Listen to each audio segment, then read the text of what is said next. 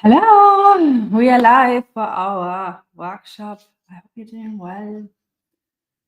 I hope you're not into crazy Christmas preparations. Wonderful.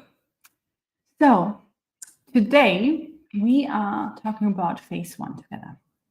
And phase one is where you want to get started when you create a new product or when you start creating stationery products altogether.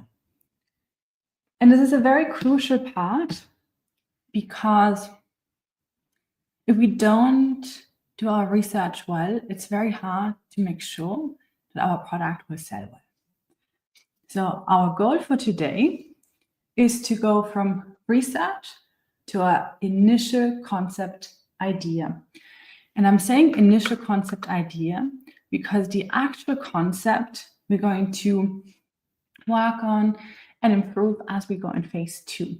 But we want to know what is the type of product we even want to start creating and have a rough idea of it. So the way today is going to work, we have 3 50-minute sessions with 10-minute breaks. And in the first session, I'm going to explain to you what we want to do ahead of time before we even dive deep into research. We need to know where we want to sell in order to know how to research, because for every type of selling that we want to do, the research is going to be slightly different. So I'm going to introduce to you 3 different ways that we could think of creating stationery. In the second part of the workshop, we are going to actually do research together. So I'm going to show you the Amazon route and the other 2 routes and how you can do your research for that. And then in the third part of today's workshop, that's when we're going to finalize the concept and finalize our initial concept. I want to be very clear, our initial concept, and we continue that with our research as well. Okay, I see some of you are able to make it live. Hello, nice to see you. Good morning for most of you. And awesome. Let's get started. Can you just let me know if you can hear me well? Because I realized that I didn't plug in my microphone, and I can just quickly grab it if it's not very clear. You know what? I'm just going to grab it anyway. Just want to make sure that the voice is good.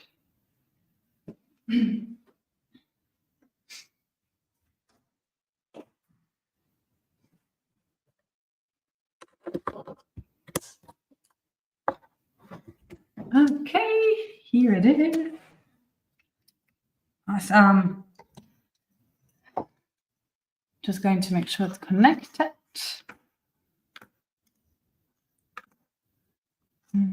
Audio.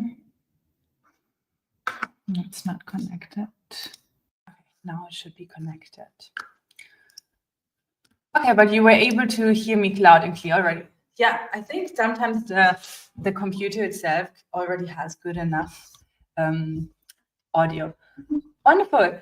Before we get started, can you share with me at what stage you are at?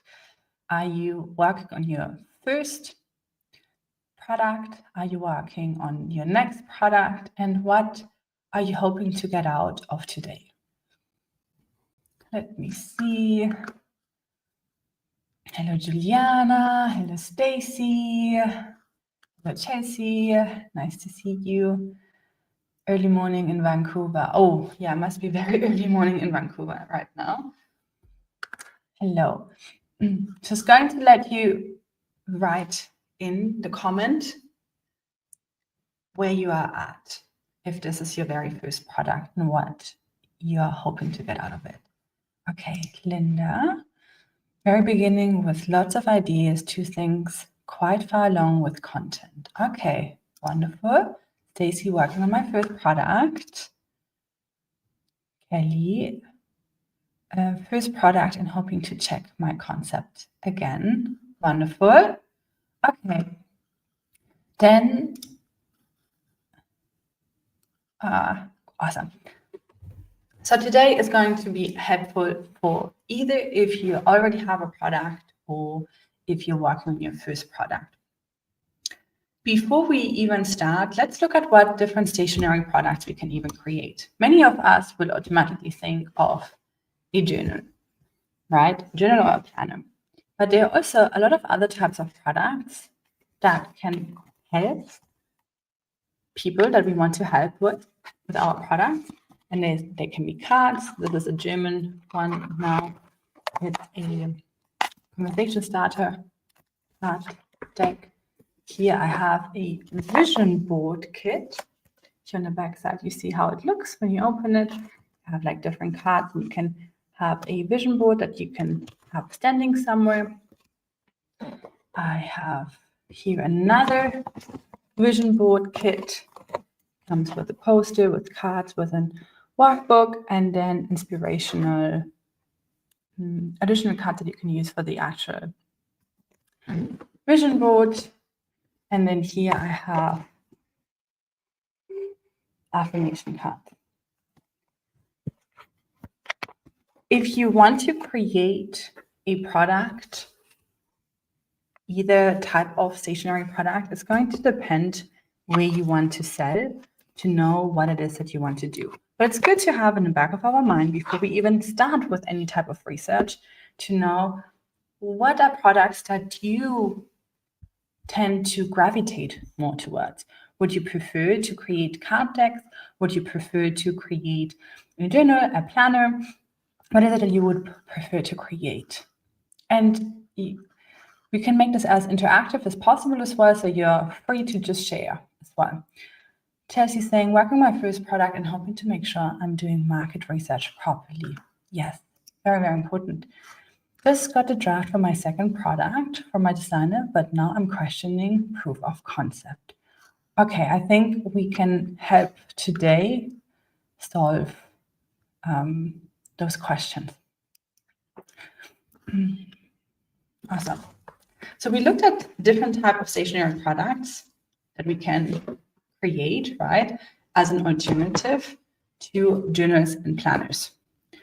And while there is lots and lots of possibilities, we want to make sure whatever we want to create or whatever we end up creating actually gets sales.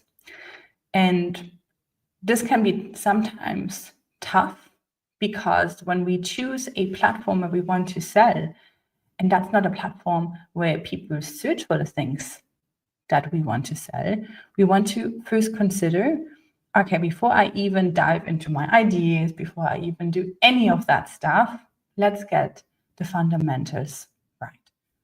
And today I'm sharing with you 3 different routes. I'm going to give you some examples of how we can think of our stationery business long term. I'm going to stand up for this. I'm going to move this just slightly. Here.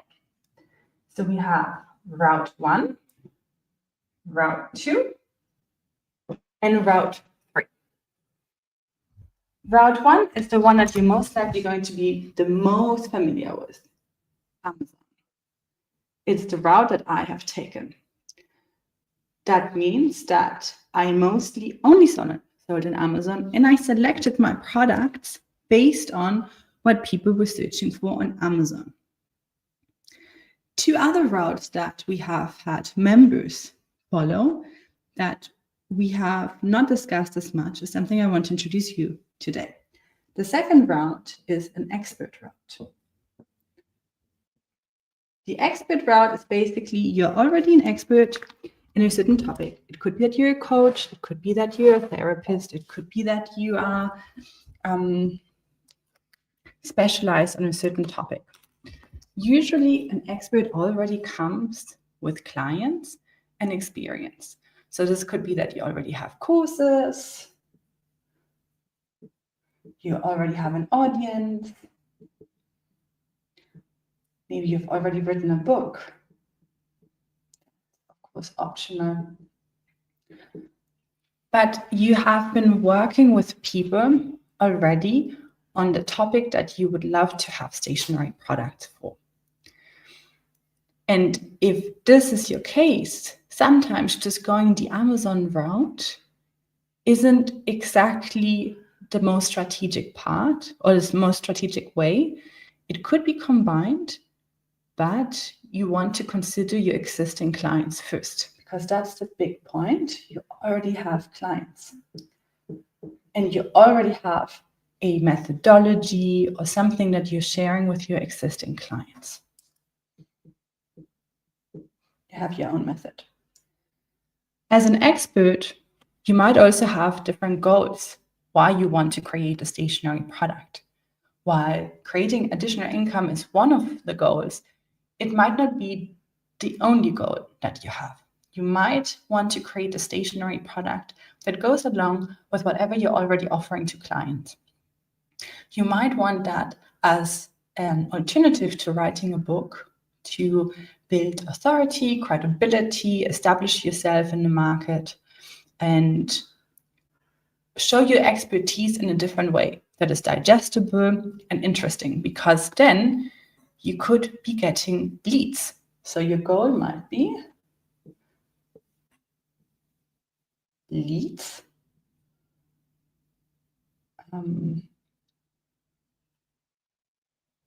better client support, credibility, showing your expertise, and so on. So this might be another very important goal next to getting sales. Often when we choose the Amazon route, we might not have an existing audience for the topic that we want to create a product for. And we want to benefit from all the existing clients. The main benefit of Amazon is it has lots and lots and lots of traffic. And it gives us the possibility to look at what people are searching for. So we only create products that actually are in demand. So we see what is in demand. Oh, I might have to change my pen in a moment. It's not. And our main goal might be sales. That's our main goal, and getting our product in as many people's hands as possible without adding big infrastructures, without having to have our own warehouses, without having to hire people that manage orders, or we don't want to fulfill our own orders, because fulfilling your own orders isn't an easy path. An expert Amazon path can always be combined, but when we're looking at research later, you will notice that it is slightly different, and we need to really keep it in mind, because on Amazon, the main downside and the main thing that it is really restricting us is in product choice. We cannot choose any type of product that we want because we are dependent on the demand. Because Amazon is a search engine, people find what they're searching for. So if we think of how we use Amazon ourselves when we use it, we open the app and then we search for something. Amazon is not a place where we can find random finds, right? It's not as easy to do that. Sometimes Amazon's algorithm will show you something on your initial page, but in most cases, you search for something and you buy it. This is how we have to think about it if we want to have Amazon as the main place of client acquisition. We need to know what is in demand, and for that reason, not every idea can work. We can only work with what is out there.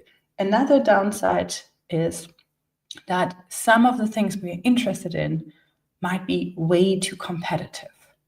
So here we can only go into topics or type of journals or stationery products that are not too competitive and where the pricing is not too low. There are some products you will notice, like affirmation cards at the moment on Amazon. The pricing can be very low and it's filled and filled with people offering their own products, making it a little bit harder. So it's one of the downsides. We cannot choose our products just as we want. We are dependent on what they're searching for, and supply can sometimes be very competitive. The third route is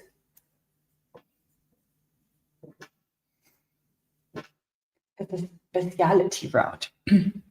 It's a word I cannot pronounce very well, but it is a very interesting route. And what that means, so you're not an expert in this topic, but you might be your own ideal customer. This is often for topics that are related to hobbies or communities that you're part of. Usually, in order to be able to do this route, you need to have some connection to a bigger community. Let's say you want to create a pet journal or even a pet grieving journal. You need to understand the needs of your community. In most cases, you are part of that community yourself. And oftentimes, even though this can, in some instances, overlap, in many cases, it does not overlap. So let's say you're in a runners group that prepare for like ultra marathons, for example, and you would love to have a planner that helps you prepare for an ultra marathon. Now, there might not be a lot of people on Amazon searching for this, but you might be in a community that has 10,000 of people, and you know that many people would love to have like a whole planner that helps them prepare as best as possible and track their progress for the next ultramarathon or the first ultramarathon. Now, in order to make an idea like this possible, you need to be part of the community or be able to connect with the community so that you can sell directly. Even if you choose to use Amazon as a logistic, and you will see as we do the research, they can all be combined with Amazon. But if your main goal is to get Amazon sales automatically, and you're going in this type of route and there's no direct traffic, then Amazon can just be a fulfillment and customer service for you. And you need to bring the people to Amazon to buy it. So in either case, you can still sell on Amazon. But in different situations, you need to bring the people in. Now, specialty routes, there's often many, many topics around so many challenges that people might have, hobbies, desires that people have, where you know, wow, wouldn't it be nice to have like specific cards that help people with like a certain thing? I can't think of an idea right now.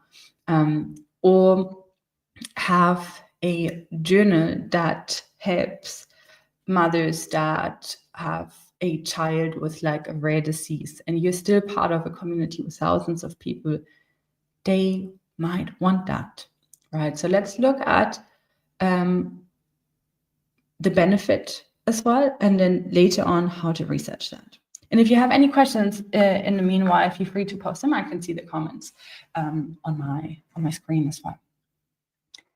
Now, what is your main goal here? Your main goal would be a product you would like to have. You are your own ideal client, and you need a solution for something that you are struggling with. For example, preparing for an ultramarathon. You want something. So you're your own ideal client. You want to create something that you know others in your community also will need. So this is community support. Community support. And then, of course, you want to have sales as well. It might be making a hobby to an additional stream of income. Maybe at some point you want to even transition into more of like an expert, and maybe this is such a passionate thing for you, and this could be a first step of transitioning into an expert, helping people with their prep for an ultramarathon and so on over the years. But this could be the first step of establishing a product for a certain need that you know is out there.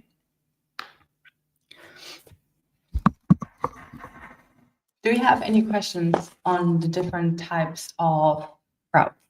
that are available so far. Now I'm going to remove this.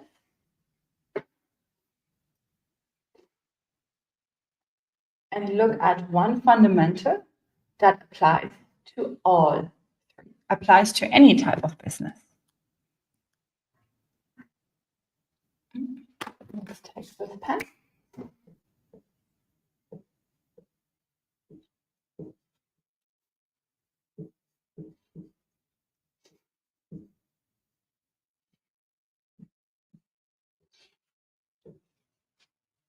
You need to always establish, is there demand for what you want to offer? This can sometimes be a tricky part because we can be very biased towards our own ideas, right? We think, well, I need it, so others will also want it and need it. I have an example that I also shared with Mastermind recently, where a few years back, I had a group coaching call. It was about creating KDP journals. And there was this lady that wanted to create journals for women that meet their girlfriends in a cafe and then want to reflect on those meetings. Now, she thought that this is certainly something that people would want because many friends meet at a cafe, and why would you not want to reflect? But what became pretty clear is that this was an idea that was very biased towards what she wanted, but there was not really a demand of other people wanting that. There was no search volume on Amazon. This is not really something where there's any way an expertise associated. So there's not like coaching around going to a cafe with friends. And also there's no community around it, like cafe reflection. It was so niche. It was so individual just to her. And because she thought she wants it, there must be other people. And there might be, but maybe not enough to make it worthwhile. Because we need thousands and thousands of people to buy the products to make it really, really worthwhile over time. So demand is very, very important. I find when we look at supply,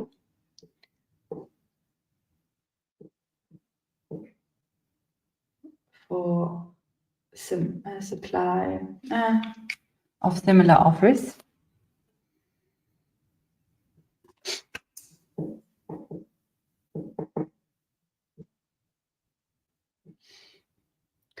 when we see competitors and someone else offering something similar to what we want to offer, that can often indicate that there's demand.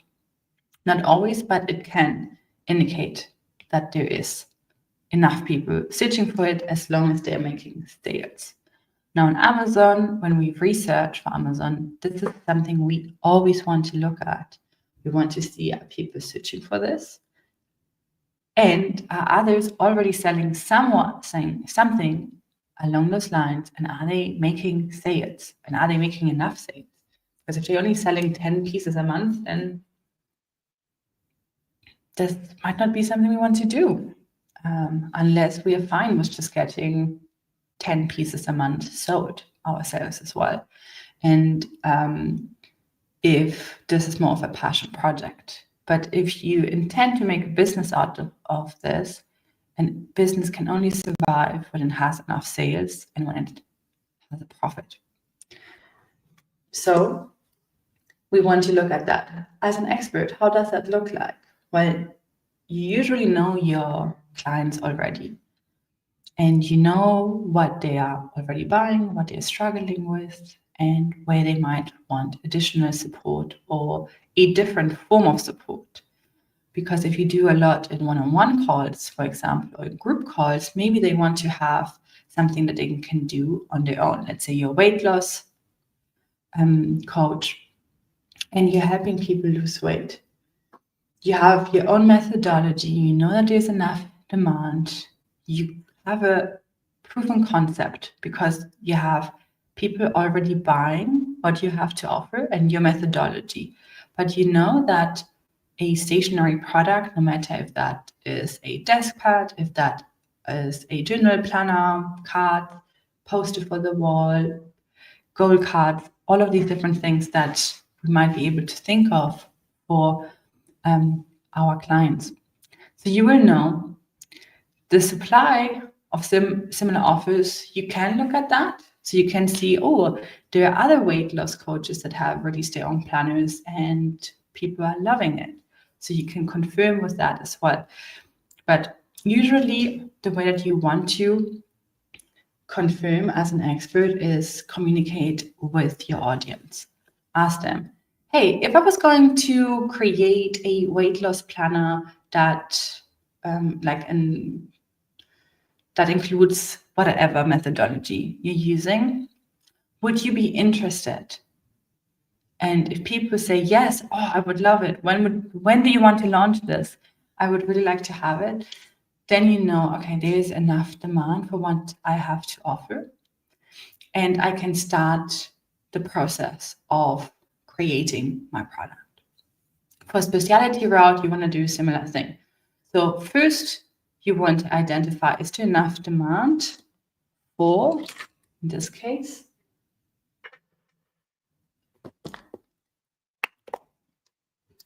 problem or desire? So let's say you are in a pregnancy group, or you are in a hiking group, or whatever you are in, and you want to be aware of the product that I'm trying to create to solve a certain problem. Is there enough demand to solve that problem or not? And if yes, would they be interested? So here again, you might be able to write a post or make a poll or reach out to people and ask, hey, I have this idea. Like, I personally would love to have this journal. I would love to have this planner to help me prepare for my next ultramarathon. If I was going to create something like this, would any of you want to have a copy as well? Or would you want to buy a high quality planner if I was going to create something? And if you have lots of responses and people are like, yeah, this sounds like a phenomenal idea, why is this not around already? Then you can confirm that there's demand for your topic here as well. In the specialty route, I do recommend, however, when you create a new product and something that might not have other supply, you might not have competitors that are offering something similar to what you want to offer, that you want to think of pre-selling it. So you still create your product. Sorry.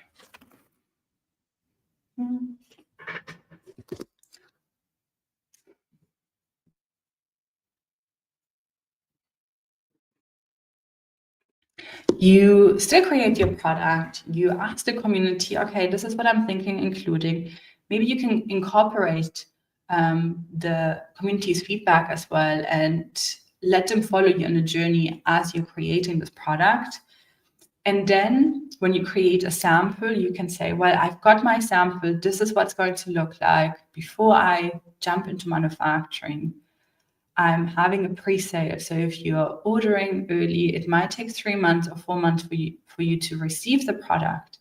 But if you make a down payment of just like $10 or $15 or whatever, you're going to get this and you're going to get something extra. Maybe you can offer like a thank you gift for those that, you know, support you in the early stages. And the simplest way of doing that is just with a sample, because you reduce your risk a lot, especially if you have no competitors. It is very hard to see if this is truly what someone wants. And the best confirmation if someone truly wants what you want is by pre-selling it and they paying for it, even though they know they have to wait. That is a very strong confirmation that you have something people actually want to have and will buy. And even if later on you say, well, I'm not going to set up my own fulfillment, I'm not going to ship myself, I'm not going to like package orders myself and so on, you can still launch on Amazon later on and then have Amazon do all the fulfillment for you, and people can purchase through Amazon, which can be very beneficial. Why I like people to purchase on Amazon, no matter what we do, I'm going to explain to you in a moment. Especially if your market is in European countries or in the US, where lots of people use Amazon, you want to rather sell on Amazon than on your website, even if you bring the traffic yourself. Why? Of course, there are fees, but there's a much higher conversion rate. So conversion rate, the industry standards. If you have your own website, that is not on Shopify. Shopify is one of the best performing one, but let's say you are on Shopify. Industry standard is 1 to 2% of visitors will actually purchase your product. On Amazon, it's roughly 15 to 20. It's really high, but an average is 10% conversion rate. That's a lot. That's amazing. And why is that? People already have their credit cards on Amazon. They know Prime shipping. There is no extra shipping cost. There is lots of trust that if anything should go wrong, that you can contact Amazon and then they will refund you, or they will help you get the package, or whatever it is, right? So because there's so much added trust and there's less friction, you don't have to get your credit card out, you don't have to fill out the details, which you often still have to do on the Shopify page. There's some situations where you don't have to, like if you use Apple Pay, but not everyone offers that. And for that reason, still using Amazon as your shopping platform and fulfillment platform can increase your sales numbers quite a bit, because there's a higher likelihood people purchasing on Amazon than in comparison to your website.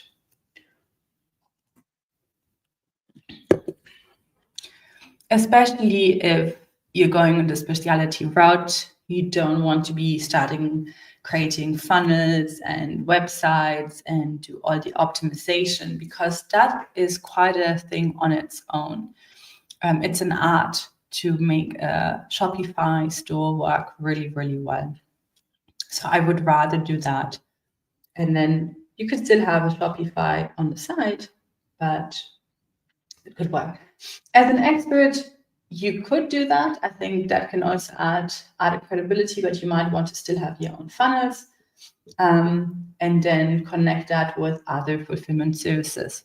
There are external fulfillment services that you can book that are not Amazon, especially if you connect it to a funnel or a website and so on, and you want everything to be automated and you want everyone to be able to purchase on your website, and then automatically the order is going to be shipped to them. You don't have to worry about any of that. They are external fulfillment services. So you could combine both. Still offer it on Amazon, like a portion of it, and then the rest you might be selling directly.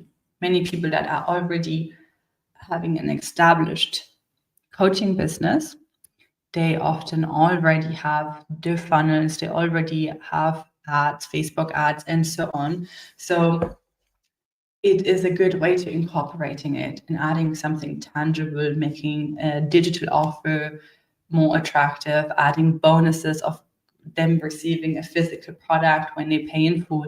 There's so many things that you can do where you can leverage a physical product for your already existing coaching business or consulting business, course business that you might have. I've got a question here. So if we had a pre-sale fundraiser, would they need a coupon code to get the purchase? Okay, very, very important question, and thank you for asking. You cannot do a pre-sale on Amazon, so you will need some form of a landing page or a website or through email. Like, you could totally make it very simple, even just like through PayPal. But the more professional you want to be, of course, a website would be great where people then could purchase a pre-sale. So there's no need for a coupon code or anything like that necessarily. It's it needs to be very clear that this is a pre-order, that there's no shipping happening, and there will be an update on timeline later on. There are also platforms that you could use. There's Kickstarter, and then there are other similar platforms where you can fundraise your product. If you're doing it with an email list, or you might own a community. Some people own like Facebook communities that are hobby communities around certain topics. So you might have a post like, hey, if that is what you want to do, even Facebook offers like, you can have products that people could purchase, or you just create a simple landing page with, there's so many different providers. There are also free providers where people can then purchase directly.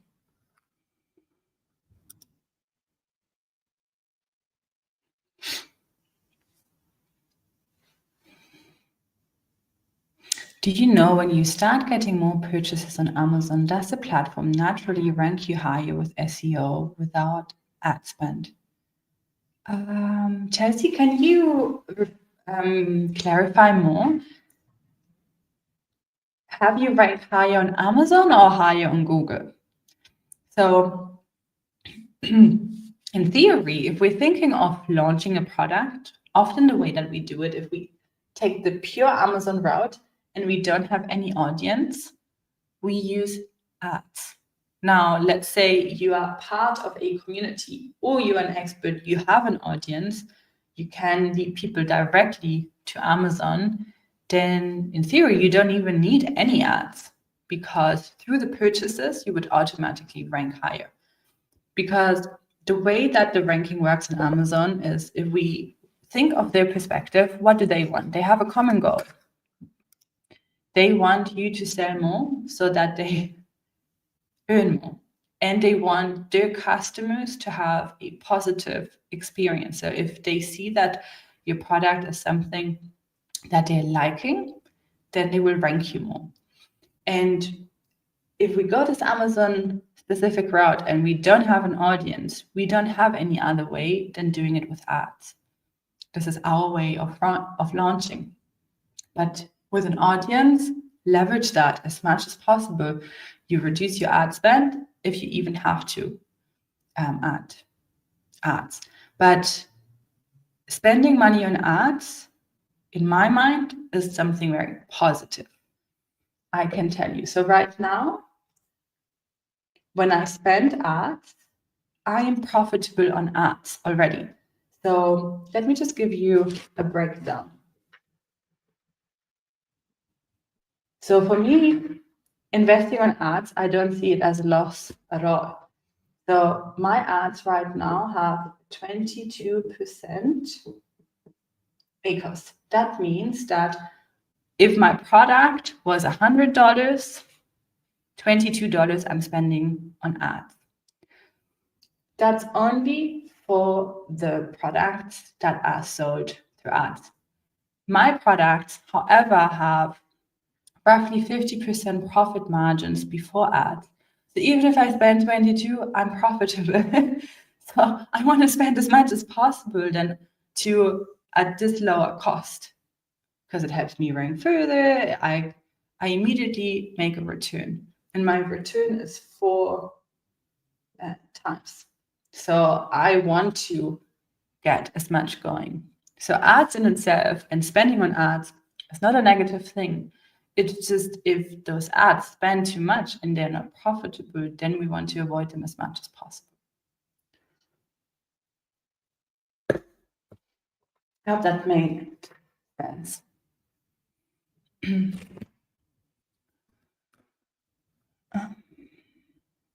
Okay, yeah, I think those questions are good. We have roughly 10 minutes left for the first part of this workshop. Feel free to put any of the questions in. And if you have any additional clarity that you want to have on either of these routes, let me know. I would also be very curious, what route are you wanting to take? What is it that you would like to do for your first or next product? It's important for you to know this ahead of time, because for our next step, as we're doing research, our route is going to dictate how we do our research. So here, as an alternative, you don't like expert, but also it could be that you just have an audience. You might not feel like an expert. You could also be an influencer, a YouTuber. What else? Someone with like a big email list, a big blog. So you could be in this second, you could be taking the second route where you already have enough traffic, you already have existing readers, clients, maybe even though you don't necessarily see yourself as an expert in a field, you know that you are a person of influence in that field. That can also be something to look at. Okay, I see Linda saying, Amazon for product A, expert for product B, but no clients yet. Okay, so if you're an expert in a certain topic, but you don't have clients yet, you either work on building that, or you see if there's demand for something that you're an expert in on Amazon already. So then you could still take the Amazon route. Although I find it beneficial long-term to build an audience either way.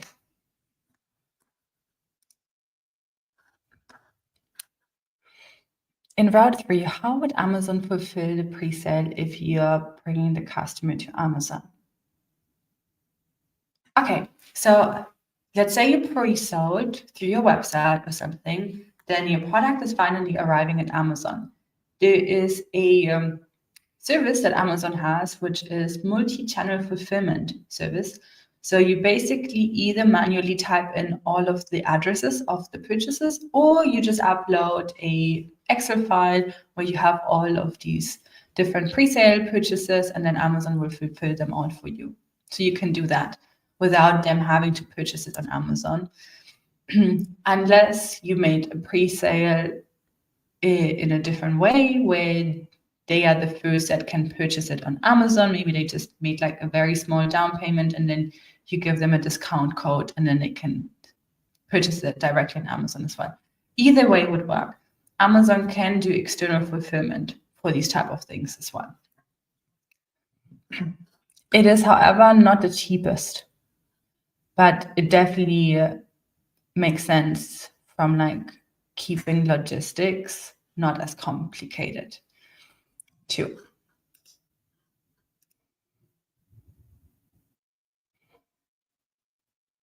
Okay, so Mita is saying, I'm sending my current journal via my website and will do my next product via that way too.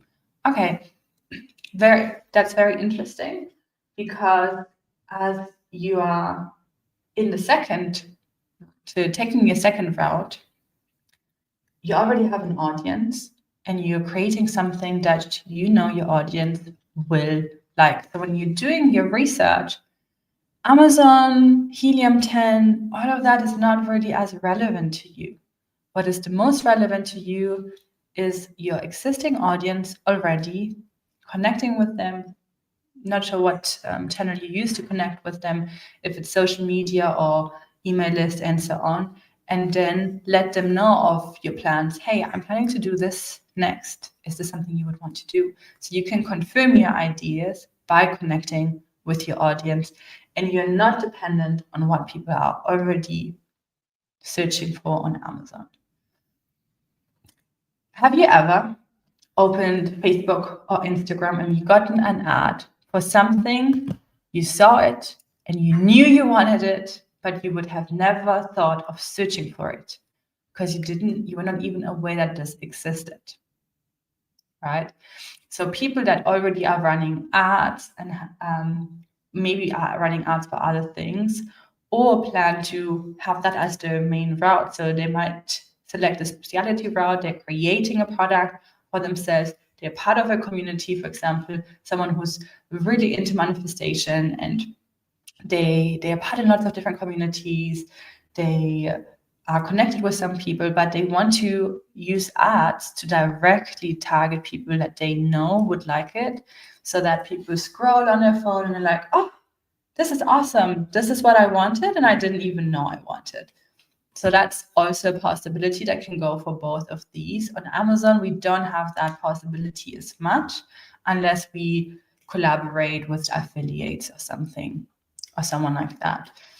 Because Amazon is not a place where people tend to find things they were not aware that they were they were not looking for it, and suddenly it shows up very, very hard on Amazon. I want to do a combination of Amazon and Expert. That's really nice route as well to take. Combining these two makes the whole fulfillment and all of that a lot simpler. In route 3, how would no, I've already answered this one. Can you be using your product content to become the expert? I think over time you could.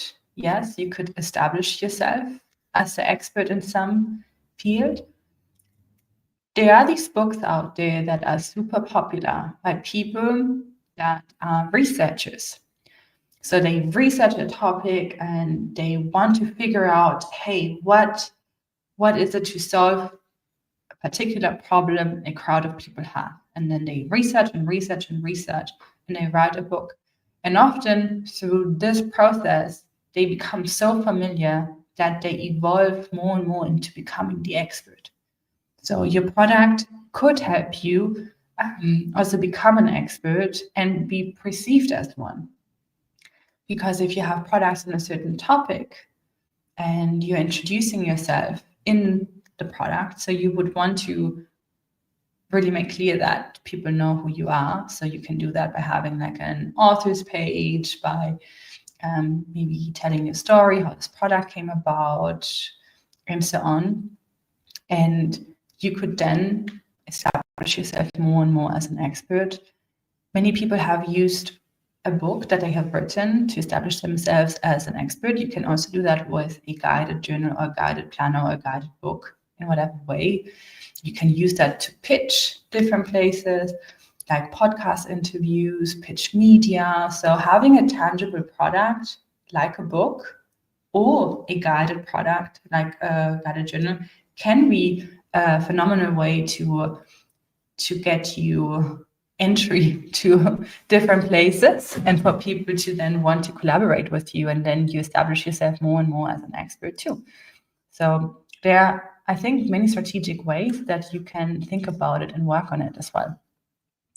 If you're building a stationery brand, does this fall into the expert category? I'm building an audience via my website and email list. I think I'm not fully understanding the question. So when I'm talking about expert, is about the topic that we have stationery products about. Like, let's say you are into like relationship products, so you have like date night, conversation starter cards, you might have like anniversary journals and so on. And then over time, you could become an expert in, like, let's say, intentional couple time or date night time for a better relationship, for example. But by creating a stationery brand on its own, you're not automatically going the expert route. That makes sense. I hope that answer made sense. Otherwise, just ask a follow-up question.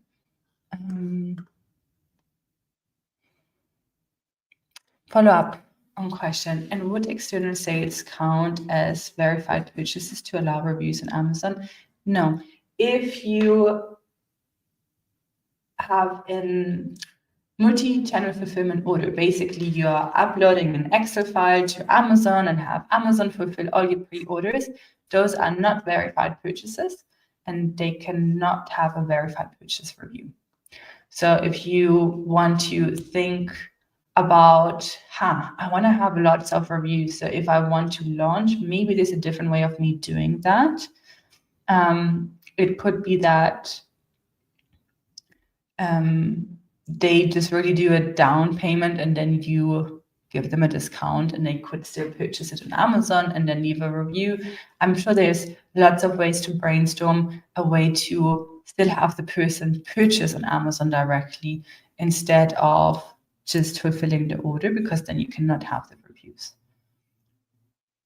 Although that might not always be needed as well, because you can use Amazon Vine to get reviews, and it might be more beneficial for you to have like a pre-sale with like full order prices, even if they're discounted, so that you can fund your initial inventory as well. So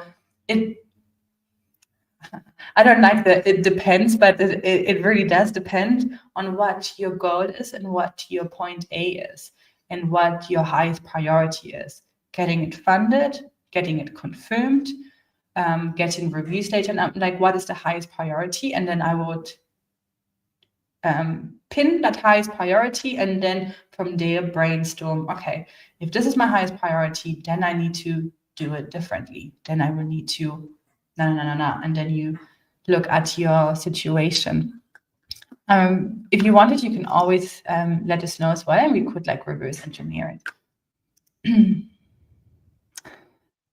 Yes, I saw your JPP of Facebook ad. I didn't know a program like this existed. Yeah, I think Facebook is phenomenal, and Instagram to find things we didn't know we wanted or that they existed. Like the types of things I see there, I'm like, oh, that's cool. I didn't even know. Okay, so Chelsea, Amazon route first with a luxury notebook as I don't have an audience yet and use the sales from that, self-fund my specialty, stationery product and community that I'm currently creating. Okay. And I think it's really nice as well because you can build experience in the manufacturing piece and the design piece and so on. And as you then create a specialty stationery product for the community that you're already building, it makes that progress or process a lot less chunky, because the first time that you create a product, there's always going to be a level of like, oh, there's this and there's that. And then the second time when you do it, you feel like, oh, well, I know how this works now. Okay, last question. Then I will take a quick break and we will then start with the actual research for the different routes. Thank you, it's helpful. I think Vine might be better for the reviews, not understand my goal is to the route. Okay, yes. Exactly. As long as we know what our priority goal is when we pre-sell or pre-launch or however we want to do it, then we can reverse engineer it and then realize maybe the reviews were not as important as the funding is. The funding might be a lot more important at that stage too. Cool. So I will see you back in 10 minutes and then we are going to start our research. We are going to start with Amazon first and then we're going to take the other two routes. Awesome. See you in a moment.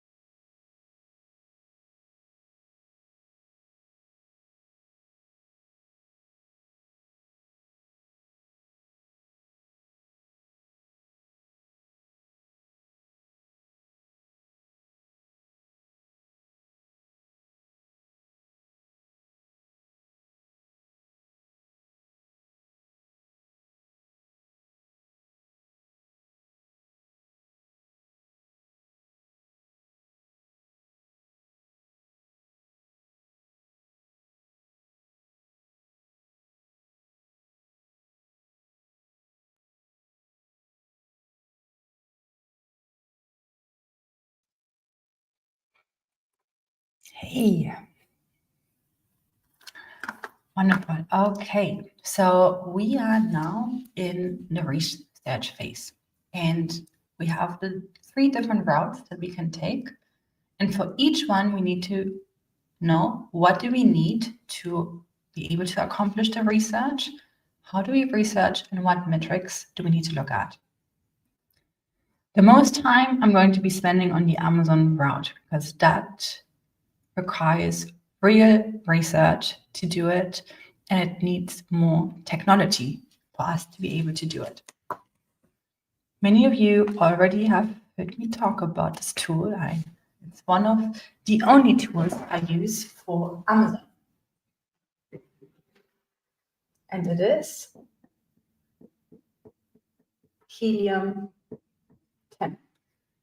Helium 10 is an Amazon research tool. Not only that, once you're an Amazon seller, it also helps you with lots of other things. And I don't recommend selecting this route without any of the research, because then you could end up launching a product that does not have sales potentials. So I'm going to be sharing my screen. Share screen. Let me just share the window.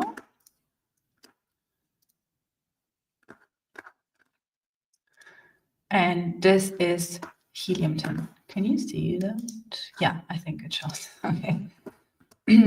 That's Helium 10. This is how the account looks from the inside. Okay. And it has lots and lots of different tools, right? We don't need all of these tools right now. We only need very few tools. If we don't really know what niche we want to go to, this is one tool I like to introduce you to. It's called Black Box. And why I like this tool so much is because it gives me ideas of what people are searching for in a niche or in a product category that I want to sell. Now I'm going to put in journal here, and I want to see at least 1,000 people searching for that. And then let's see what it shows me. Of course, the word journal is being searched for a lot, but is that specific? Do we know what they're looking for? We don't.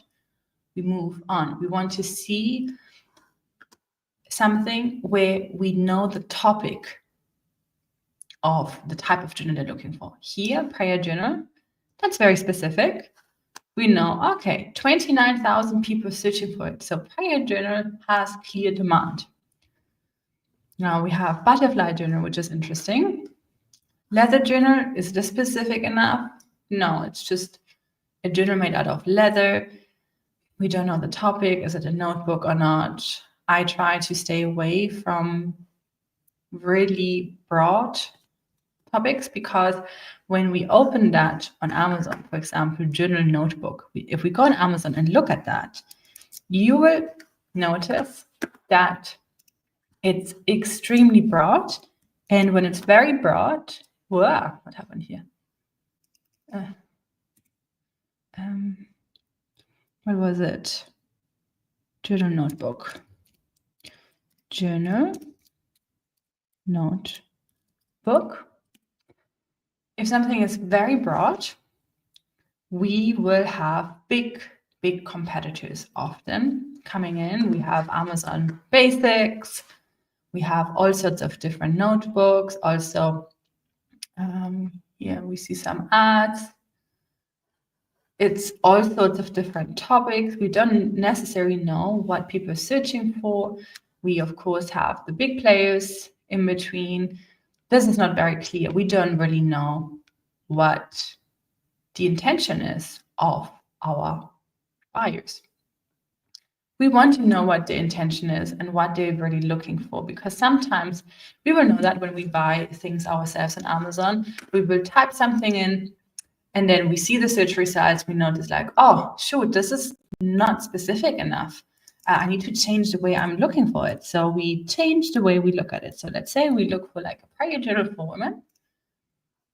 Then suddenly we will see, oh, lots of specific results. These are all prior journals for women.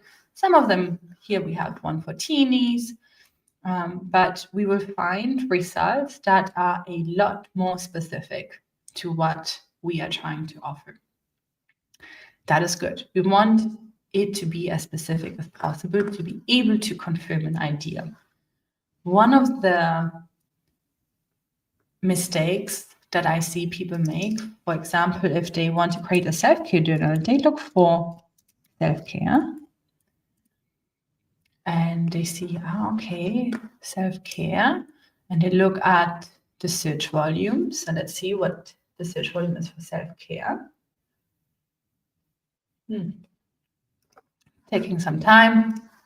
Hello, helium.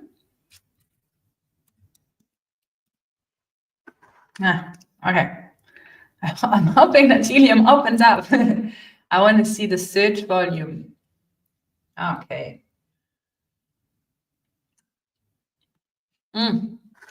Okay, it's not visible.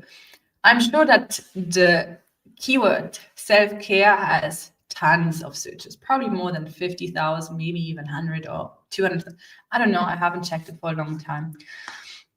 But why does that not confirm our idea? If people are looking for self-care, I'm sure they would like a self-care journal. Are we sure? Do we really know? What does a person mean if they think of self-care? And we will notice there's lots of random different things, right? Lots of beauty-related products, a lot of going into like a bathtub type of taking a bath, even deodorant is being shown. So while there might be like a journal in between, like this one here, it is not confirming the demand for what we try to do. Now let's look for self-care journal. If someone types in self-care journal, we know what they are looking for. So here we see all sorts of journals that are, some are for the topic of self-care, some are not. And we find, okay, this can better confirm what we want to offer. So as we're doing our research, always make sure it is specific. It's not too vague. It's not too broad. Blank journal, we don't know. Camping journal on the other side, very specific. Daily journal, we don't know. Witchy journal, very specific. Adventure journal. This might actually be a trademark, so you always have to be cautious. Sometimes people are looking for brands. Travel journal, we see 35,000 people searching for it. Drawing journal, 2,700 people. Anxiety journal, crochet, a crochet journal. How interesting is that? People are looking for a journal. What are they actually looking for? I'm very intrigued.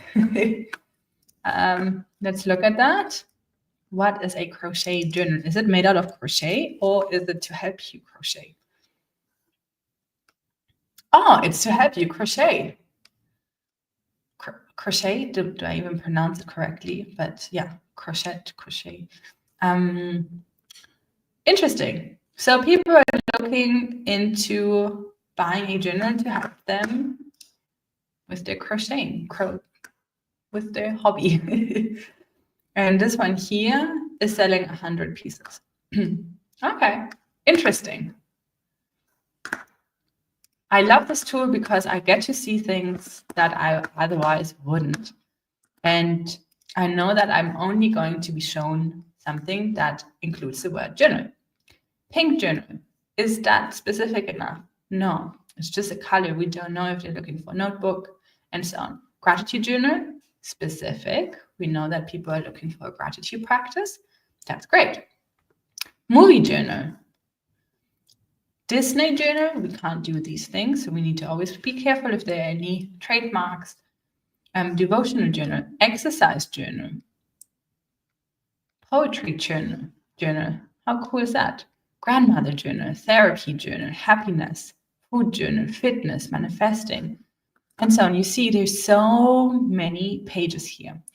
So when I'm trying to figure out, is there something that I would be interested in, but I can't think of anything right now, I tend to go to this tool and look for what people are looking for in journal. And you can do that also with planners, you can do that with notebooks, you can do that for a lot of different products. So what we want to include, just to show you here again, at least 1,000, and then we want to put in one of the keywords that we wanted to include. And here we want to put in the type of product we're creating, if it's cards, if those are planners, if trackers, whatever it is, we want to do that. So we can do the same thing for planner. And then we see family planner, work planner. This might be a brand. Witchy planner. The witchy thing is coming up again and again. Budget planner or budgeting planner. Is large planner specific?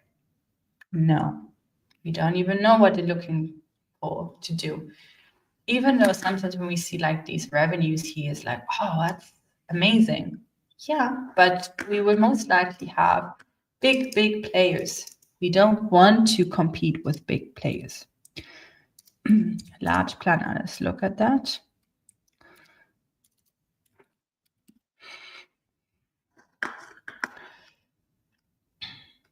So we will see lots of different products here, some newer ones, but often we will find bigger brands already very established here. And the broader the topic, the harder it is to really compete in it. Because what makes our product stand out is the content. It's not because it's the cheapest. We never want to be the cheapest, because that is not a game we can ever win.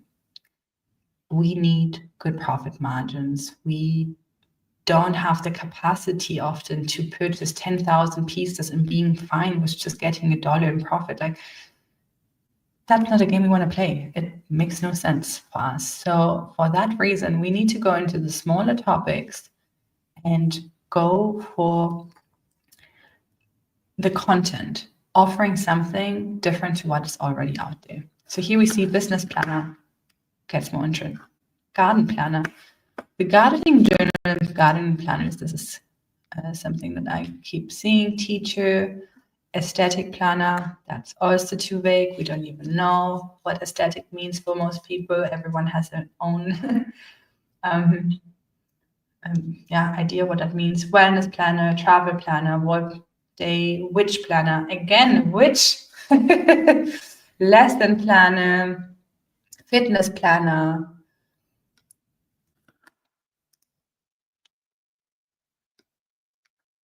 Homework planner, budget planner, and then we will always find the brands in between. Passion planner, of course, it's a brand. A vertical planner. Oh, do they just mean that? Most likely they just mean where the binding is. I think that's interesting. Workout planner, year planner, and so on. So I do this, and it's a long list. You see, it goes on and on and on, and we have many pages. You can also sort this by search volume, so you can have the high search volume on the top. Oh, no, it's the lowest, the highest. You just press again. Okay, 2025 planner. We have 600,000 people searching for this month. Do we want to do this? Not necessarily. When there's very high search volume, doesn't mean that it makes a good idea. So let's look at the metrics that we actually want to be looking at. So we want to have, how do we research? Specific keywords for a topic. Topic is important. Metrics. We want at least 3 to 5 keywords, and when you calculate them together, you want to have at least 8,000 to 10,000 searches. And that does not have to be per keyword. If that altogether is leading to 8 to 10,000, then you know, awesome, we have some demand. Because that's our first thing we want to know.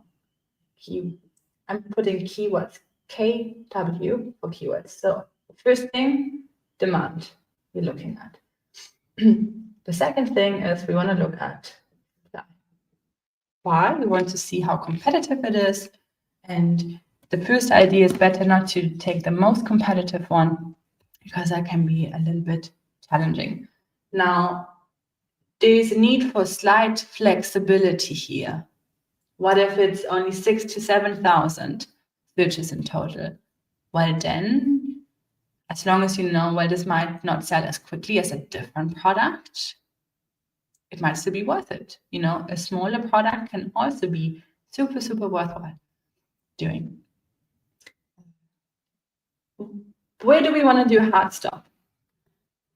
We don't necessarily want to go into products that have 30,000 searches per keyword or more, because then that's when you're facing big markets. And with big markets, usually you will find sharks. I'm going to draw a little, this is a shark. And we don't want to compete with sharks. And sharks are big brands that have thousands and thousands of reviews that are known, or you might be competing with Chinese manufacturers selling for like $7. You can't compete with that. So you want to try to stay away. So we don't want any sharks, no sharks. And ideally what we want to see is we want to see some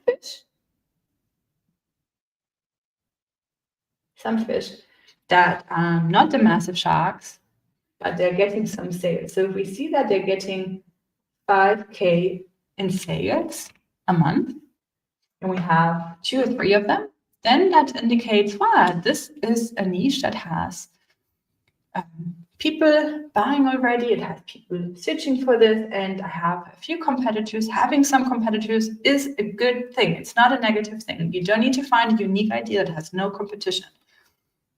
Competition is a good sign. And if they're getting sales, then you know, this is something people are actually buying. It's not something they're just researching. Something you want to be looking at. Pricing-wise, you want to see a few of your competitors sell for more than $19. If they all sell for like $7, not an ideal competitor, because you cannot truly compare yourself. You have to be able to compare yourself with them. At a price of $7 a piece, you cannot compare yourself with them. If you have others selling between $19 and $50, and there's like a range, and you see that all of this range is getting people buying, then it's a fair comparison, because then you know, like, okay, there's some room for a good price as well, because in the end of the day, we only choose something that can be profitable.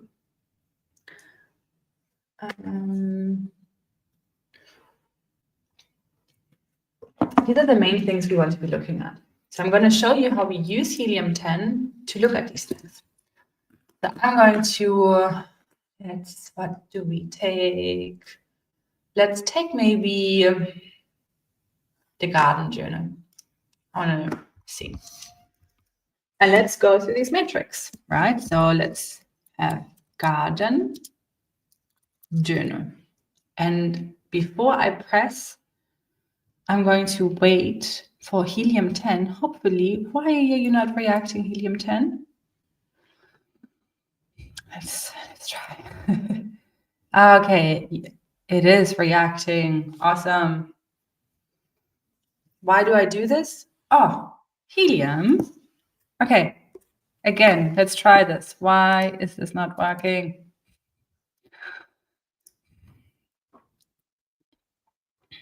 Otherwise, we will need to use a different route, which also works, but this is the faster.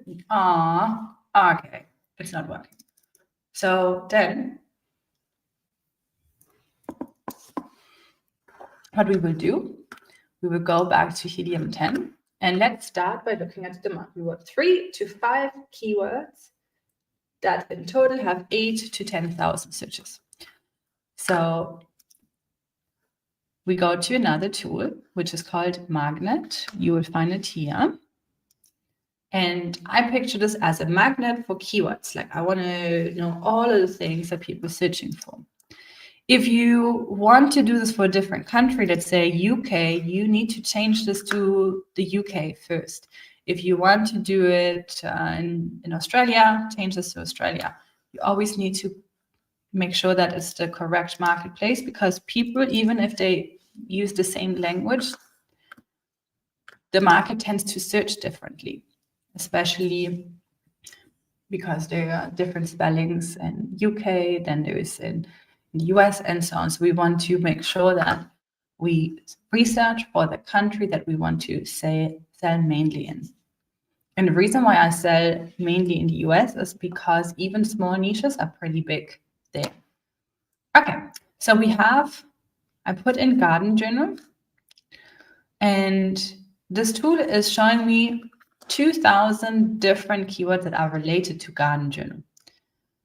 Some are not really, like, it doesn't seem like it, but what we're going to do, we want to clean up the results, and we will say, well, it has to be at least 300 searches a month, and it needs to contain the keywords journal, planner, garden, gardening, what else? Maybe plant, plant. I can't think of anything else. We put any, apply filter, and then let's see. Okay, we have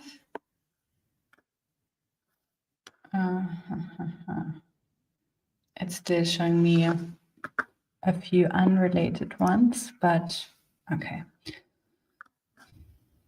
And we want at least 2 words. Let's see.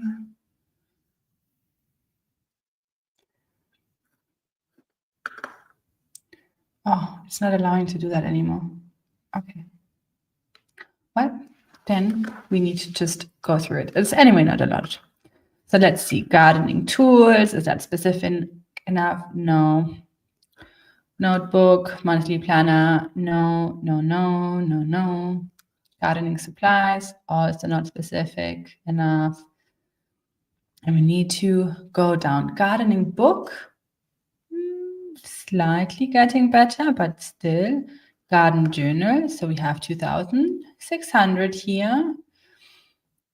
Garden planner, 2,000 searches here. So we are close to 5,000. Let's see, nature journal, gardening journal. Here we have another 2,000. That's good. So we are already getting closer to 7,000. Garden journal planner. We have another 1,200. So yes, we were able to confirm there is enough demand. Wonderful. So then, because we saw that there's enough demand, then we can go on Amazon and see, are we seeing people selling? And we want them to be, like, we need to be able to compare them. So we see lots of KDP in here. We see one gardening journal. What is this? This seems to, this is all, it looks like a binder. Okay. We have a logbook. We have lots of KDP. Okay. So we see a few ones. Let's see how many sales they're getting. We want at least 5,000, right? And we want to have at least a few, 3 to 5 people at least. Let's say, oops, so how I do that, how do I know what the sales are like? I press the extension and then I go to X-ray. I press on it.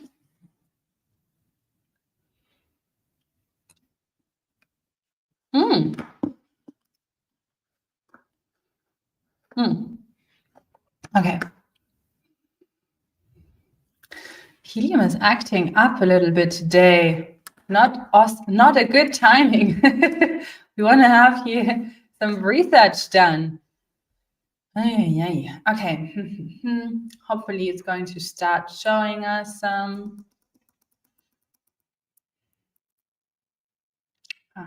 It isn't. Okay, so the only other way that we can do it is by seeing on the listings itself. So here we can see at least 200 people have bought this one here.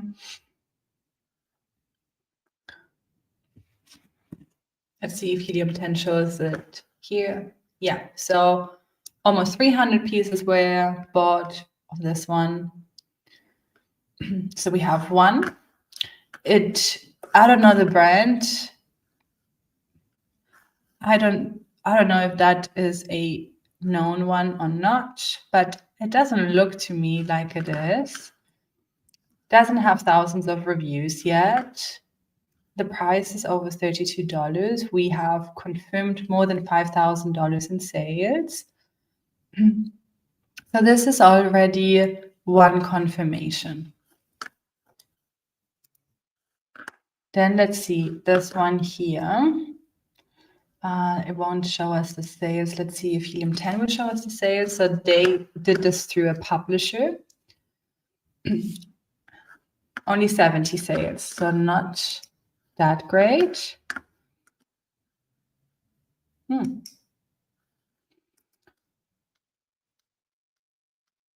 Let's continue. This one here seems to be super new. The title is not optimized, so they might not be getting lots of people searching for them. Yeah, 56 sales, not a ton, but it makes sense because this listing is not optimized. People are not searching for Ride in the Rain, right? They're looking for garden journal mostly, gardening journals, garden planner. This is way too deep inside the title for Amazon to pick it up and show it often enough. Although this does look pretty nice, but not that great in the execution. Okay, what do we do in a case like this where we see supply? We see there's no sharks. Awesome. We see that there are small fish similar to what we want to offer and they're getting sales. What if there's only 1 or 2? And unfortunately, we can't see the sales now of KDP, because if we have KDP doing well, then that can also be an indicator that our physical product will do well. Okay, so this KDP one has sold almost 300. That's awesome. That's a good sign for us. Let's look at this one. This also sells. Okay, so why they are not exactly the same as we want to do, they are someday. Pricing wise, we only have one exact match or a similar match to what we want to do, and they're selling for more than $20. They're selling for $32. What do we do in this type of case? Let me stop sharing my screen so I can show you this better. If we think of research as a spectrum of confidence, right? 100% confidence is very, very rare, because usually if an idea is so obvious that it would work well, others would also do it, right? So we aim to have 70, 60% confidence. Everything that we see here increases our confidence. The demand being confirmed, confidence. Having some competitors getting more than 5,000 in sales increases our confidence. Seeing that their price is high increases our confidence. Now, in this case, because we have less competitors, but we do have KDP that already works well, and KDP for a higher price, because having KDP journals for $17 is already higher than the average.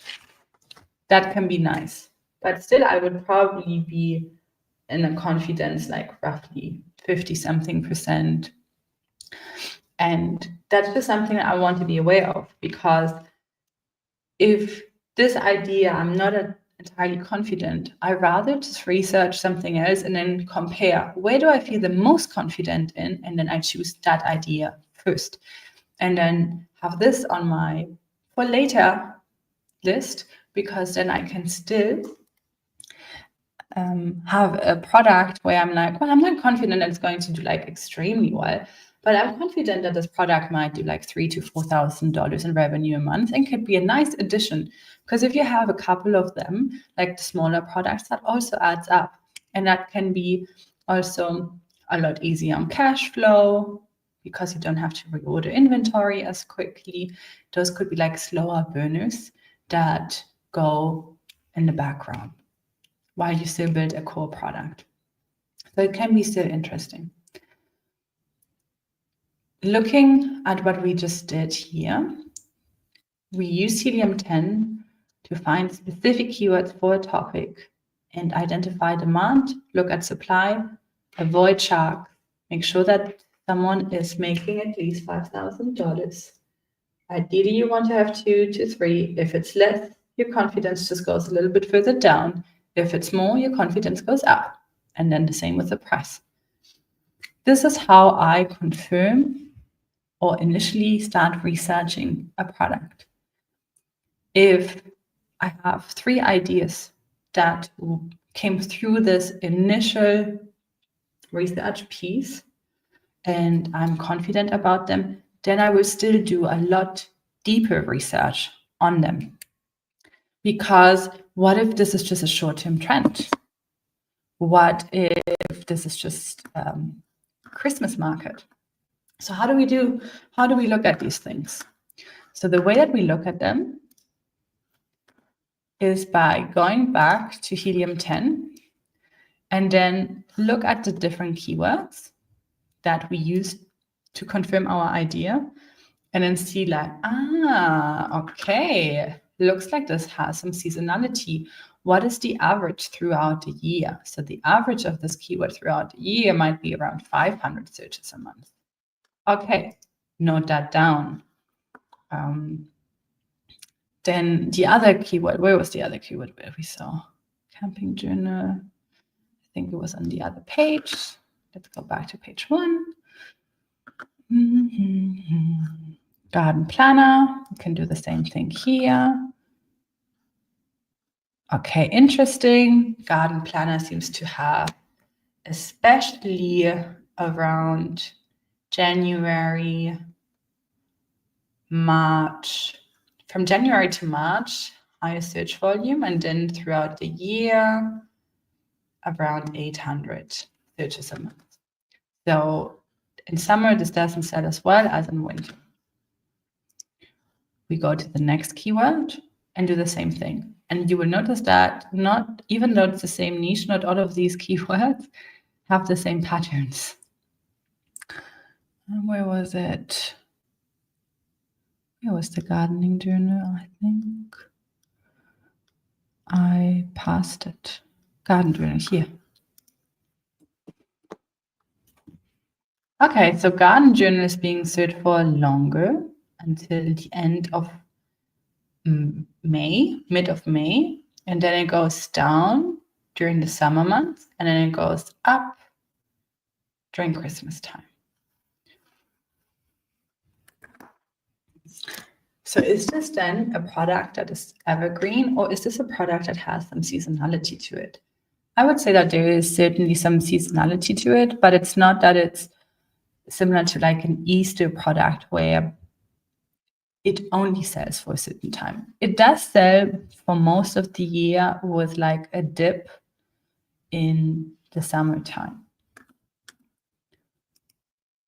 Now, if we look at our confidence again for our product, it's important to see, like, is this affecting the confidence that we had in the product? Did we find something out that is not alarming, but that is making us realize, well, the demand for it might not be consistent throughout the year. So there might be times in the year where my market demand is only 5,000 in total a month instead of the 8,000. Does that mean that we don't want to do the product? No, it doesn't necessarily need to mean that, but it can we just need to make sure that we are aware of this so that we know, like, okay, this is a product that I might want to just add on, but I don't want to have it as my main product just yet because there is more volatility to it.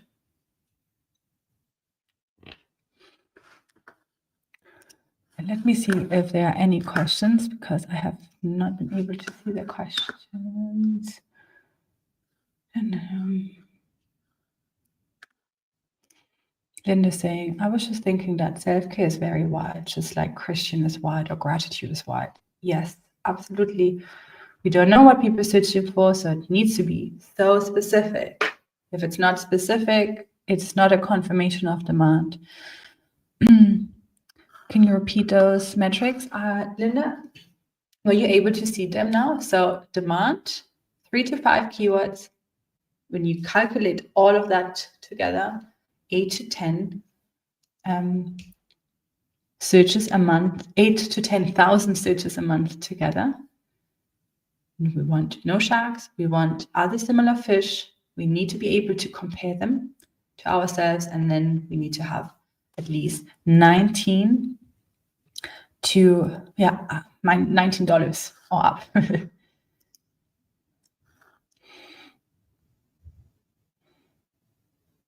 Oh, yeah.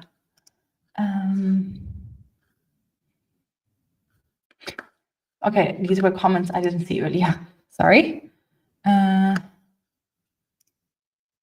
Okay. Do we have any questions around this part and why it is so important, or any concerns as well?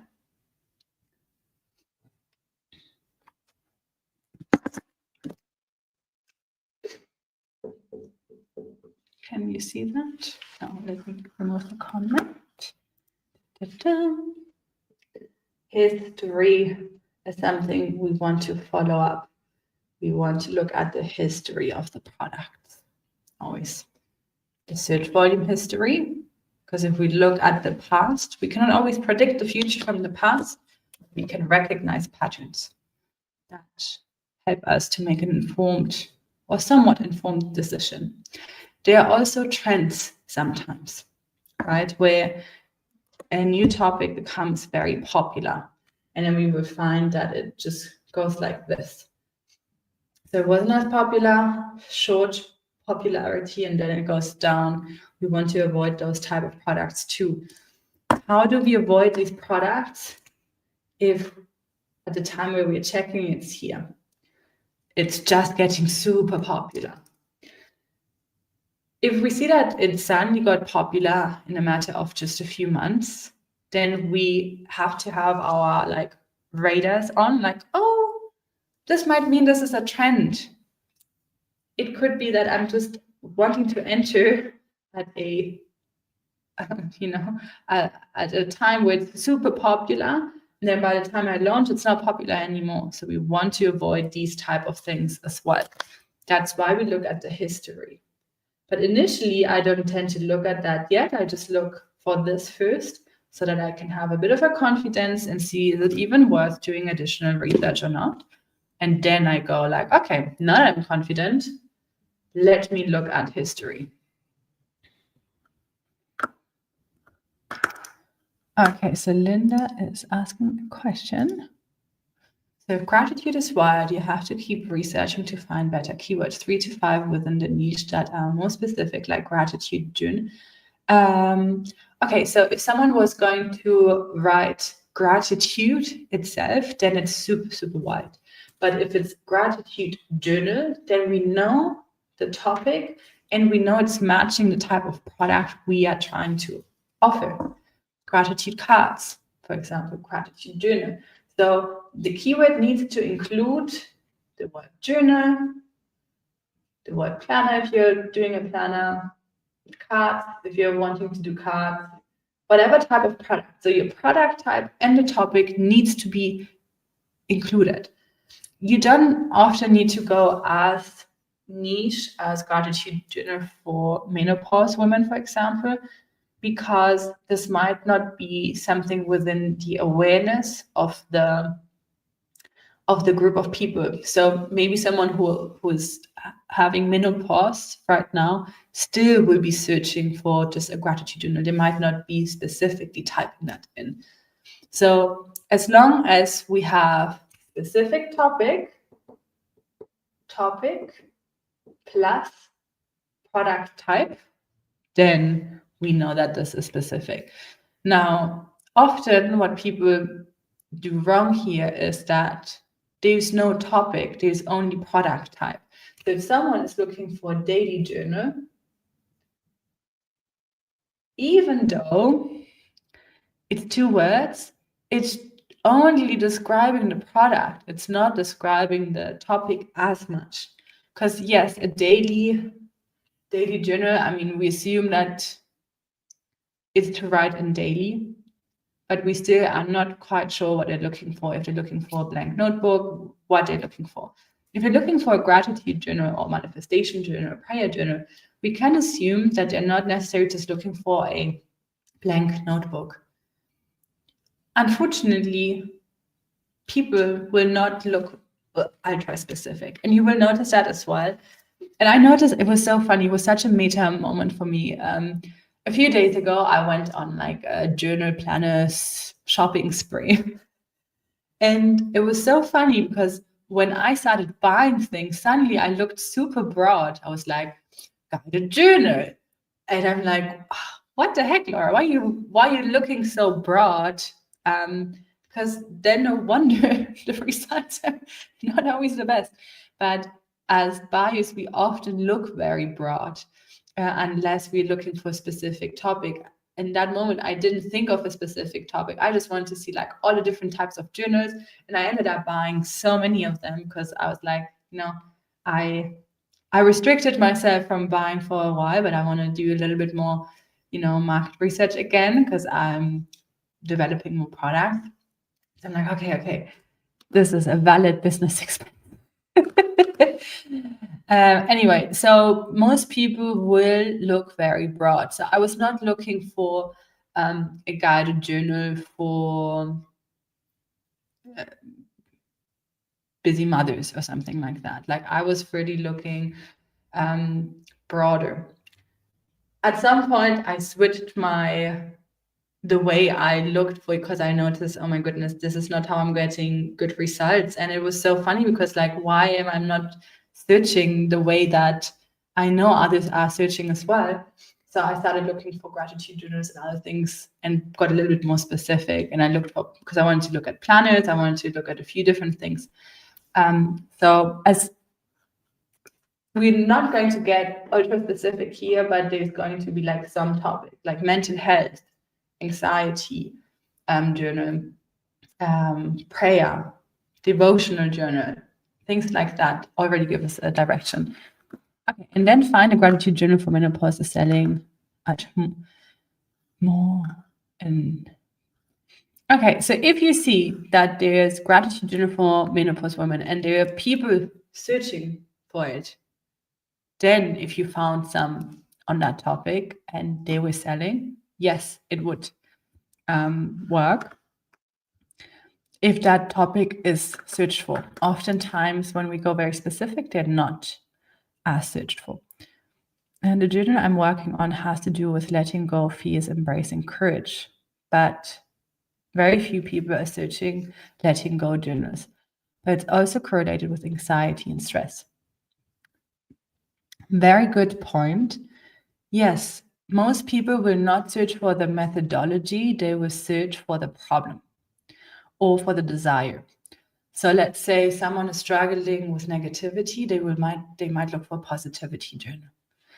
If someone is struggling with fear, feeling anxious, not feeling good, and your methodology is helping them let go and embrace courage, then we need to search for what they're most likely searching for, because often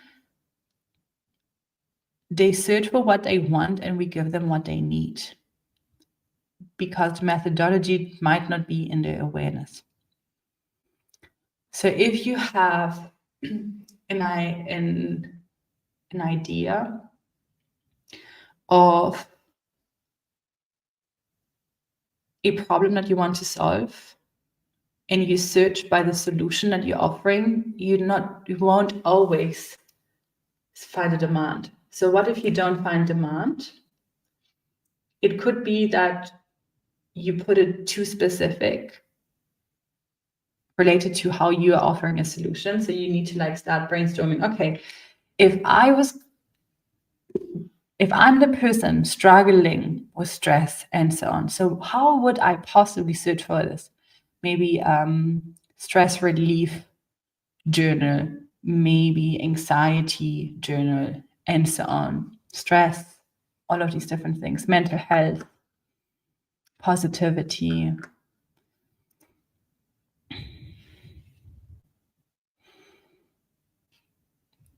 I thought I validated my idea and niche, but now I'm worrying I got too far off track. Okay, so if we look at our own methodology that we want to add into a product, so your method, and we look at what's out there. So we see that there's lots of mental health journals out there, and mental health journals are selling. We can see patterns of what people are buying and different methodologies being offered. Sometimes your method is being confirmed through someone else selling it. Sometimes it isn't. That doesn't mean that your idea is not relevant, as long as that idea helps with what people are searching for, what the demand is. I hope that made it a little bit clearer, Juliana. But in this case, you know that people are already searching for, and you have proof of concept because you already have a mental health journal, that you have proof of market. There's a market for mental health journal. You don't have proof yet of your methodology, and you will find that out through the feedback that you will get on the market. And then you maybe see oh, this is exactly this, so I'm doubling down, or you notice oh, maybe I need to add something, or I need to remove something to make it easier and clearer. So the first 1,000 pieces will be there for you to fully confirm the method as well, how that resonates with the market. But demand-wise, you already have. It's so hard. You get excited, and then a few weeks later, you doubt your research. Yes. And I think no matter how experienced you are in it, there's still going to be some form of doubt that will creep up.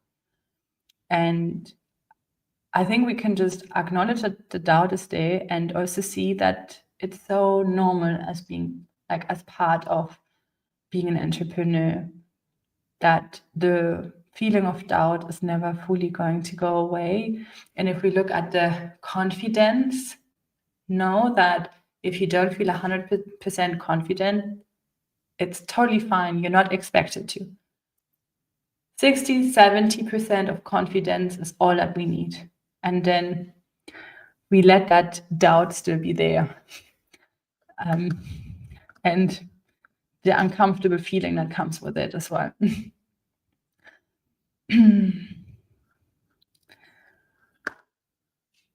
And I fully empathize with those feelings.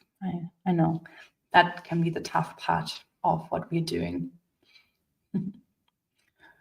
But I suppose that can be in many areas in life, right? It's the handling the 50-50 of the experience, the exciting parts, and then the parts where a part of ourselves wants to protect us, and then wants to, remind us of risks and remind us of, why it could go wrong. And what I found helpful over time is knowing that everyone experienced this. Also, people that are so much further ahead, they still experience that. And that it's just normal. So I'm like, this is just the brain doing brain things. And the brain will always do brain things. Yeah, until, it would always do it. Okay, on an Amazon listing, why do some products not show the monthly sales volume, even if they show they have a lot of reviews? Okay, I need to clarify what you mean here. Okay, so Amazon shows here sales, but it only shows that for physical products that are not in the books category. So books category does not have that feature. And we can only figure out how much they're selling if we have helium-10 attached to it. If you see this number, you can already know that this is not selling in the books category and it's selling in a different, so in the office product. We all want to sell an office product. We don't want to sell in the books category. The books category gives us too many limitations and we don't want them. Yeah, and many of these are just KDP. And sometimes it doesn't show it. Sometimes it underreports. It does not overreport, but it underreports oftentimes. So there were like months where it would say more than 200 sales, and then the reality was like 500 or 800 sales a month, but it would only show more than 200 sales. There are some examples of I saw that with meeting notes. I was just looking through like the sales, and here Amazon, because we are in the office product section, we see all the sales being shown here. And I saw one where it only, I can't recall which one it was now, of course.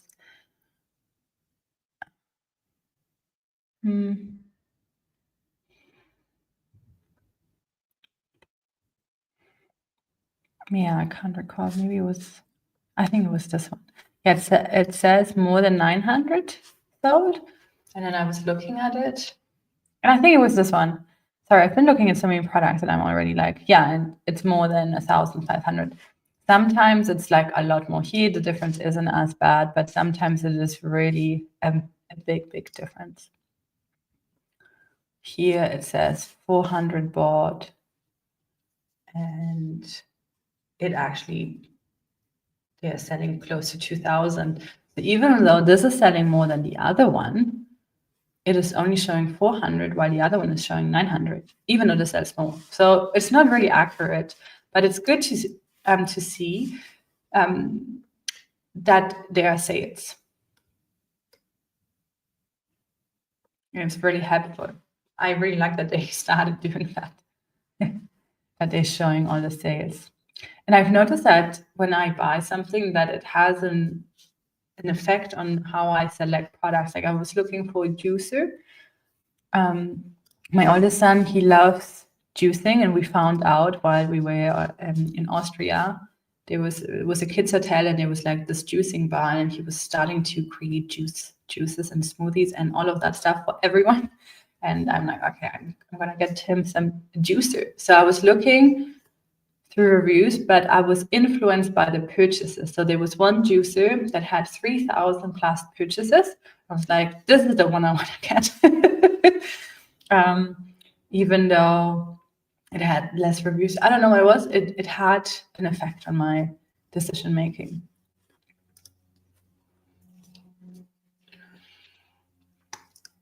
I think now that I have a draft, I'm going to take my time making sure I'm happy with letting it go to market. I know I won't be 100% confident. Yes, and it's totally fine. And even afterwards, you don't feel always 100% confident either. So once you get the sales in, that confidence is going to come back. Like, oh, okay. I'm also considering making a spiral version of my mental health journal just to get something to market sooner and spend a little bit more time on letting go journal. That can be a more strategic way of doing it, actually. Yeah.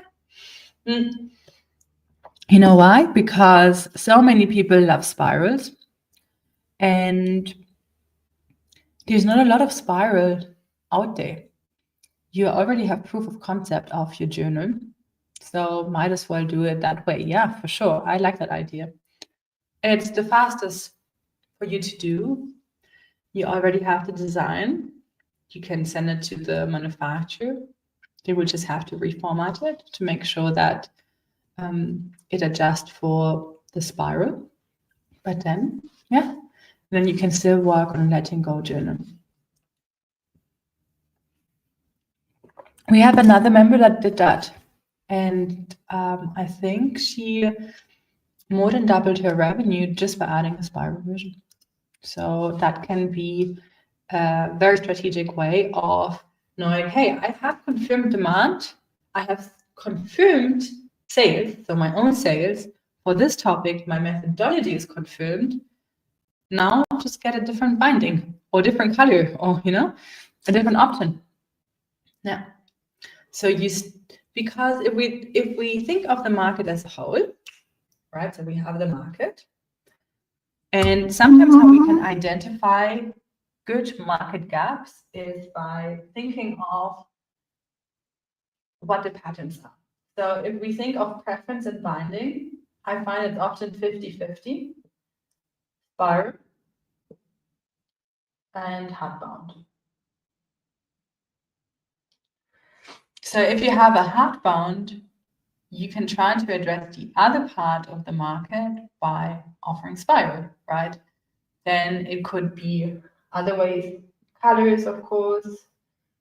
Then it could also be formats. So instead, one thing that I did is I had a 3 months product and I had a 1 year product. So the timelines were different. The different timelines might not be the right word, but I think you understand what I mean.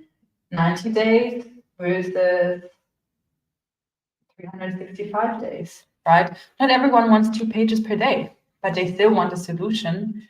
They might just want to have a journal where they have a weekly page and then they use 1 prompt a day to help them. They might want less commitment, less effort if they're already feeling overwhelmed. So this is also a different way of thinking about this, still giving them your methodology, but making it a lighter version.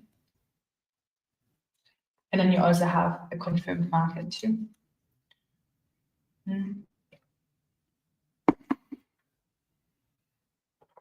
Okay. Then I spend so much time on Helium 10, sorry. Like once I talk about Amazon, I get lost in Amazon. I hope this is clear. We do have some separate trainings for Helium 10 as well in our membership. And you're also free to post questions as well. There will be slower replies, of course, next week because I'll be celebrating Christmas, but early January we will. And I don't know if you ladies know or not. Did I publicly announce this already or not? I don't know. So in January, we have a group sprint in Impact Stationery Creators. So it's not a done with you sprint. It's a sprint where we will tell you this week we do this. this next week we do that. So over 4 weeks, we will focus on creating the content, not the design yet, of a new product. So anyone who wants to follow along, you can do that in January. But let's look at expert and specialty for research. So here it's different. What do we need? We need a form to contact audience or contact community. That's what we need. You can also use Google Trends, YouTube to do a little bit of research, because these are also search engines and people use them. Google Trends is for free. You can use that. We have a video inside our community on how to do that. And YouTube is a little bit more abstract. You can just look for different topics and see how many people are watching them, how many clicks, views, and all likes they get. That can also help. But here, you don't know the direct demand, you only know it indirectly, right? Ideally, if you do an expert and specialty route, you want to have direct contact to the audience and community to be able to confirm an idea. And how do you do that? What are different ways of doing it? You can poll, of course, post, create a focus group,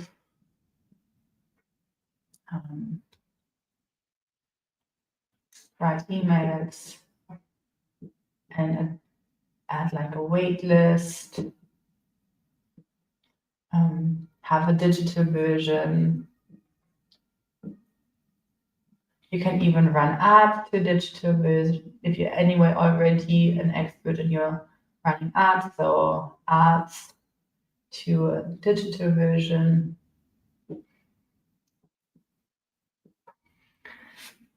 But what is very important, we don't want to confirm, hey, I'm thinking of creating a journal. Do you want a journal? It needs to be a little bit more specific. What is the product doing? So if you have your own audience or you're part of a community, what you want to do is, before you even do a poll or send an email or anything like that, you want to think of, well, as an expert, I have clients and I'm taking clients from A to B. For what part of this journey would I like to have additional physical products to support my clients? So you want to know ahead of time, okay, what am I wanting to do with it? I have a nice example of one of our members. Let's see, I've got it over here. So this is an example of a product from an expert. She's an expert in nervous system regulation. So she wants a product. She already has a podcast. She already has an email list, an audience. She's building a school community as well. And she has very in-depth trainings on how to regulate your nervous system. What did she want? What were her goals? Her goals were lead gen and a second stream of income.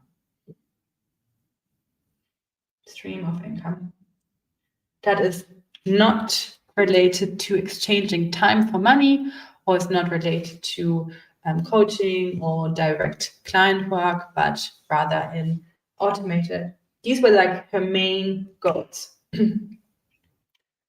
And she wanted a tool. Actually, there was another goal. She wanted her clients to have a physical tool to follow along. Clients tool for her coaching and her membership and all the things that she's doing. With this goal in mind, we looked at the A to B journey and tried to simplify it, not go too scientific and too complex for people that are not as familiar with it or are new to it and just need something that allows them to have a daily practice. So it was a lot about building a daily practice. For existing clients, help them. She already had a digital version. She already had workbooks. She already had lots of teaching materials, and she wanted to condense this a little bit and help a client that is closer to the A and help them understand how they can regulate the nervous system and start a practice. And then later on, if they need more support, they could also join the membership, get coaching, and all of the other things. How did we confirm that she has demand? She already has a popular podcast around the topic. She has many clients. She already has a successful membership business. So it was clear what was needed. And then because she wanted to take the Amazon route together, to use it as a lead gen, we looked at problems that people are aware of here so that she can then create a product that gives them a method to help them. So this is what we've done. She has an email list that she's posting to. We did not use a waitlist in this case because we had enough Amazon search volume as well to confirm the idea. And she's been doing this for so many years, there was enough confirmation, and she knew what her clients needed. We also worked with a therapist. How did she know her demand? She specializes in a certain topic of therapy. She knew, okay, this is something that people are already needing from me, and this is a client tool that I want to offer existing clients, and possibly, to get you, even though this was not as much what she wanted, the stream of income that is not related to client sessions. Because at some point you can't scale your time as much, right? You have limited time, it's limited amount of sessions that you can do. So if you want to grow your income, this can be a phenomenal new way to add additional stream of income that is not related to how much time you invest in client work. This is the expert route. Now, if you know your client very well, doesn't mean that it makes it super easy to create a product, because sometimes you know the client so well that you want to add much complexity. So it's helpful to really think about what 1 to 3 problems I'm trying to solve, and what milestone do I want to get them through. Sometimes the whole transformation from unhappy to happy is too big of a jump. So you want to think of okay, what's the milestones?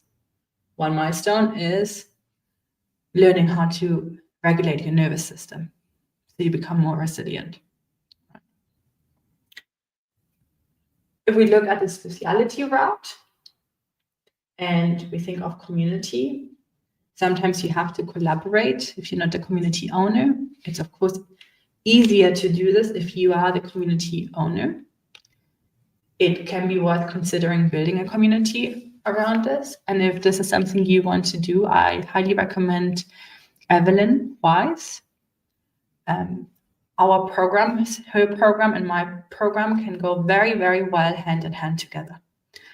Because if you build your own community around a topic, and she can teach you how to grow a school community or a Facebook community, how to use ads and so on. And she has really beautiful ways of how you can build an email list and all of that.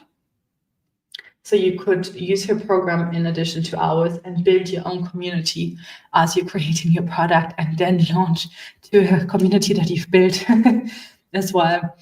That can also be a method. How do you then confirm your idea? A digital version of your product.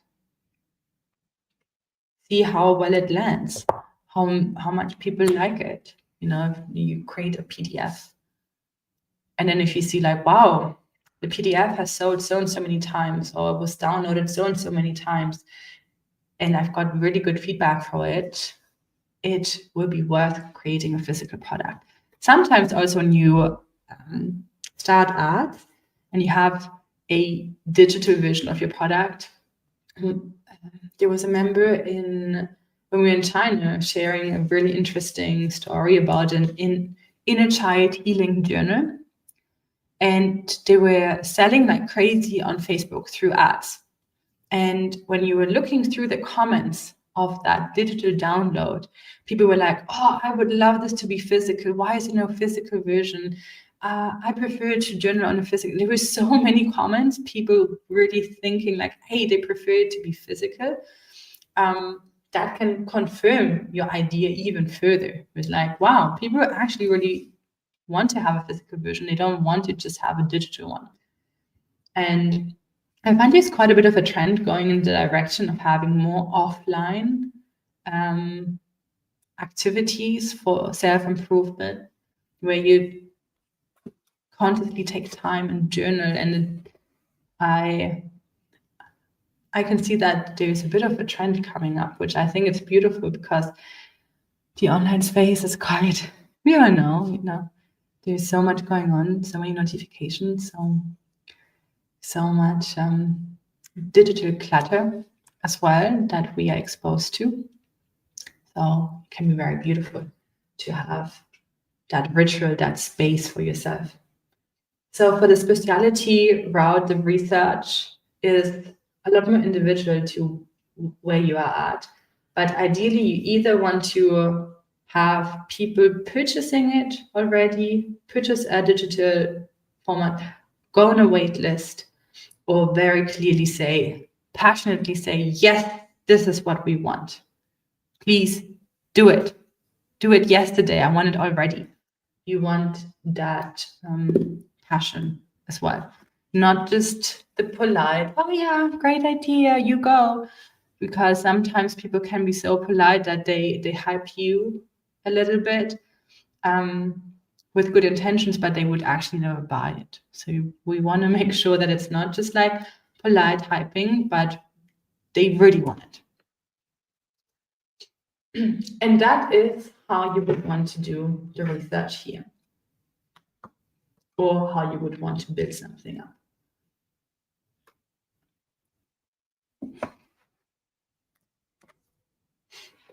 I am liking more and more the route of building something as well. Building as you are creating your stationery business, have a community that goes along. I think it's a beautiful idea. It could even be a paid community. It doesn't even have to be much, but it could be an accountability community for your topic.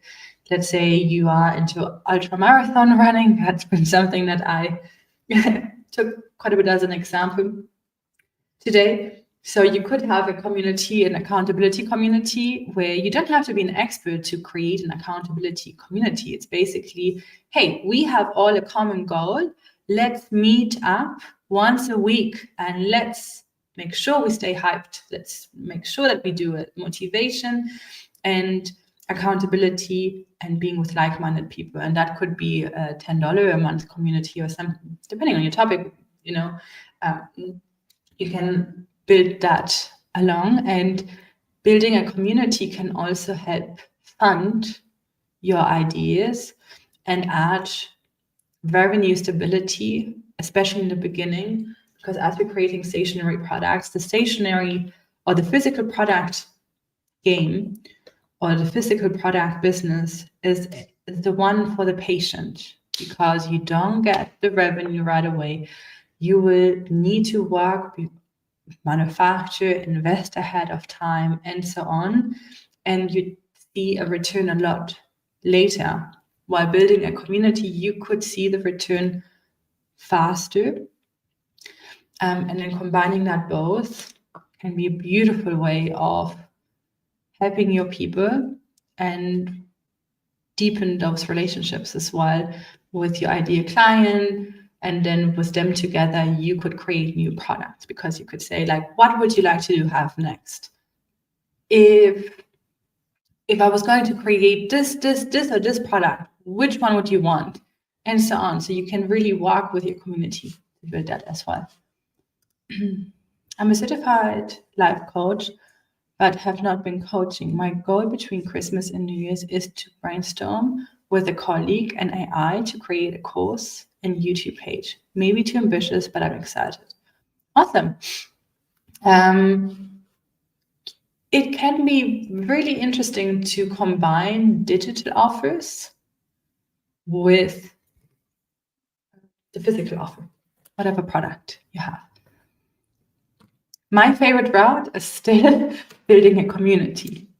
And we've seen some members, and especially in the past few months, they are actively working on building communities as well. And then you can also have courses in there as well.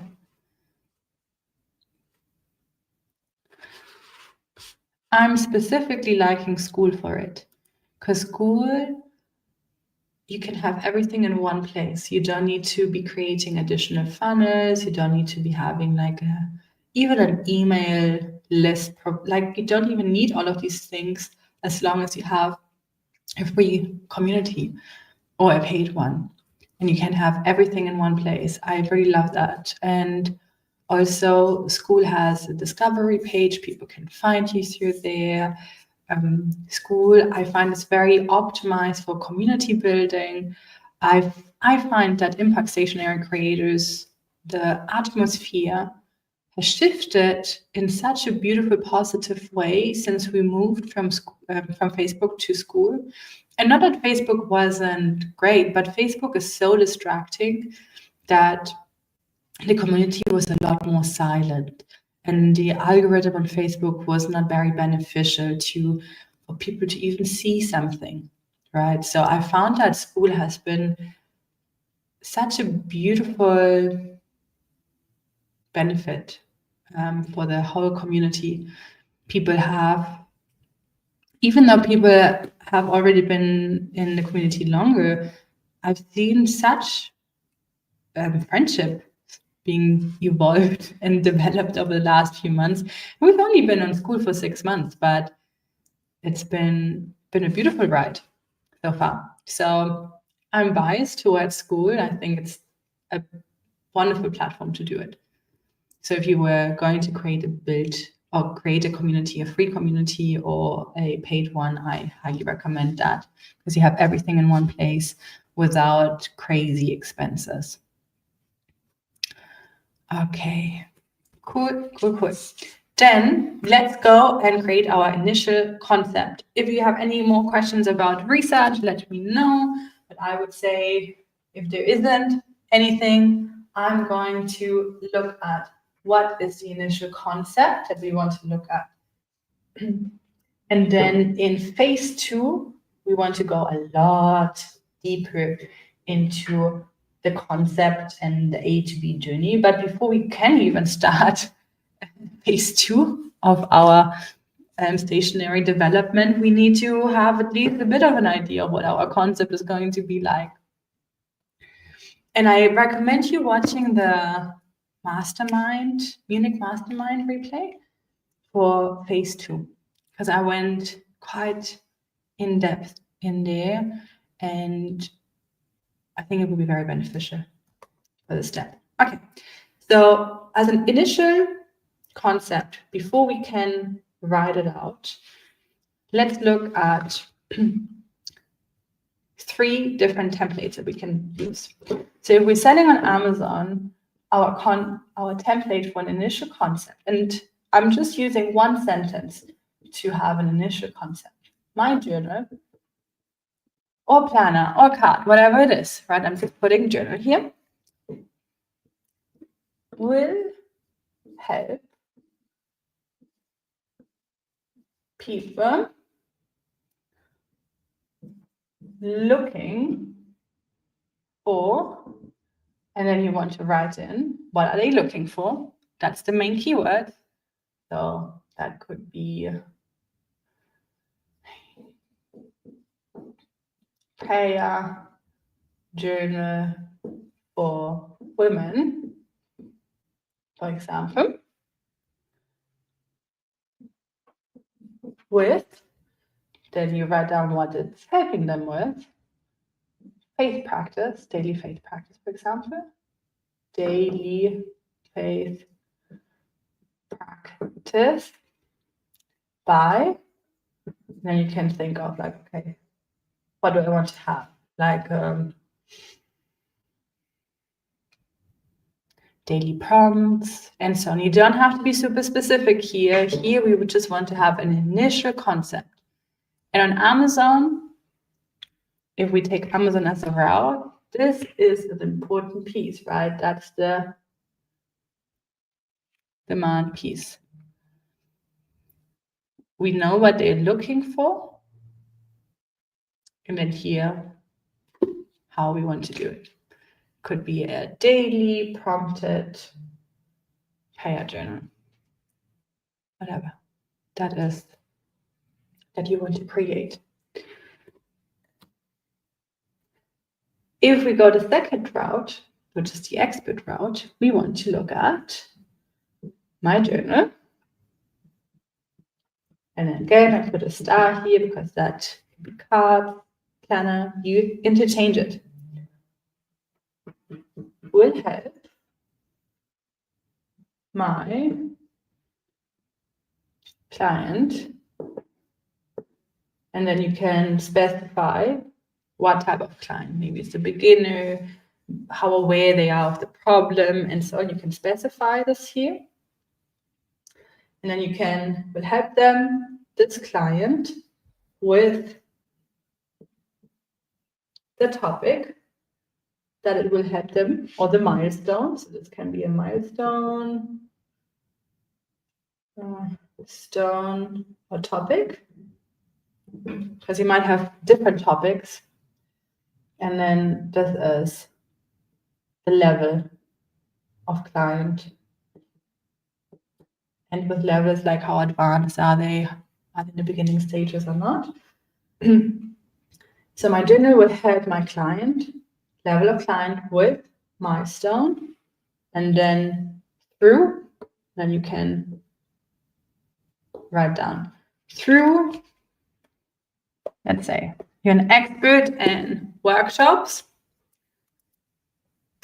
My journal or my card will help my clients that run regular workshops with outlining better workshops through whatever methodology. So this is the methodology of this product.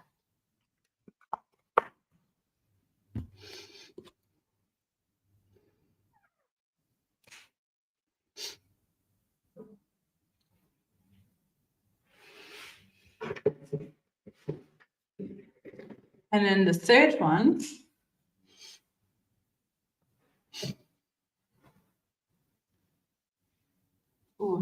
let's see if that will be visible. My journal star is for, and then here you write down the type of people of your community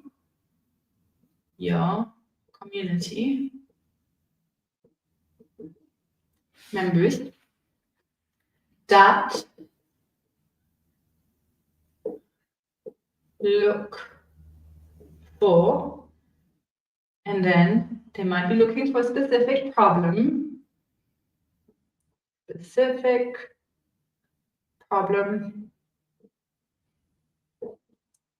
solution, and then what you're helping them with. But that's usually what you do.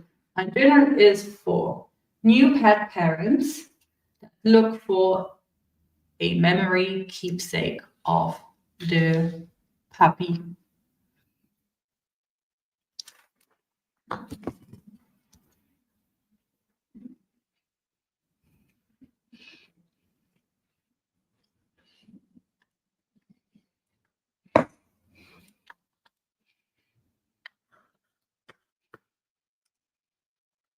Bunyanya is saying, I like the idea of creating my course in school. I also want to join Evelyn's school space, but need to finish a course I'm currently taking.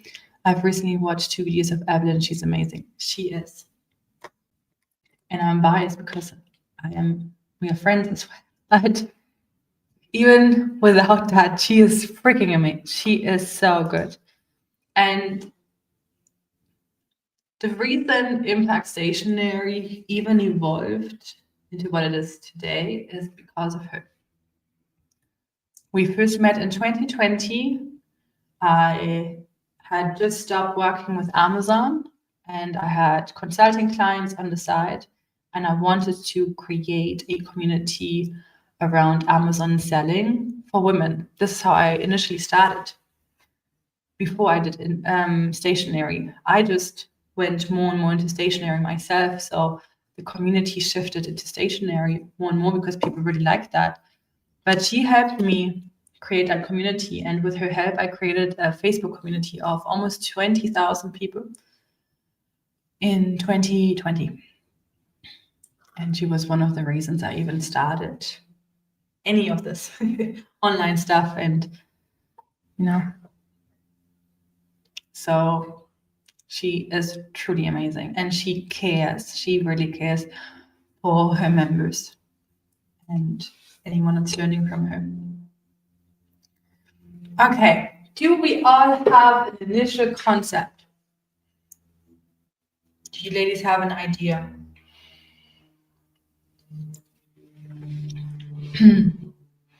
And we do have some time. We have half an hour. I'm happy to work out concepts with you and do the research together with you. We have plenty of time now as well. So feel free to just comment what your ideas are, and we can look at that together as well. Especially if it's Amazon related. If it's your expertise or a specialty route, then you need to check in with your crowd to do the research.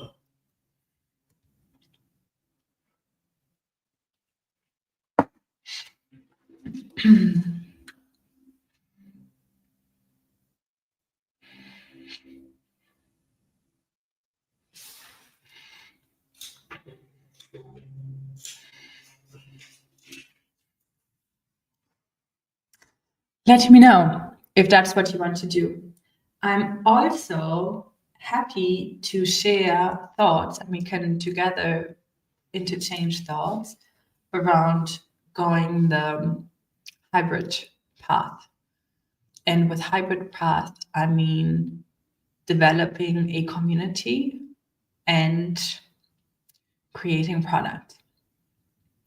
And while I'm not a community building expert, over the past almost 5 years, I've built different memberships and different communities and email lists and all of that. So I feel that we could exchange good thoughts about this and ways that we could conceptualize a strategy of how to build your own community alongside. Hey, hey, Sharon, congratulations on all your sales. You've been doing amazing. I love it. And I love how, it's been a field that you've already been in, but I love the resourcefulness, right? Of before getting the product on Amazon, getting all the sales in as well. I love that.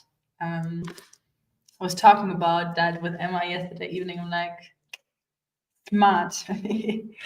Okay, looking at business guided journal for the aspiring entrepreneur.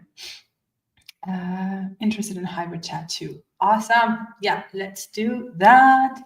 Cool. So let's clean this off and let's look at the example Kelly made first, and then let's chat about the hybrid model, the community hybrid model.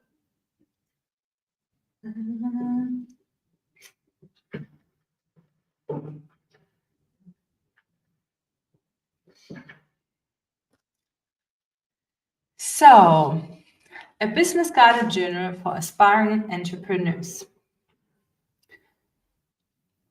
I assume, Kelly, let me know, are you planning to sell on Amazon mostly? Or are you planning to launch to an audience?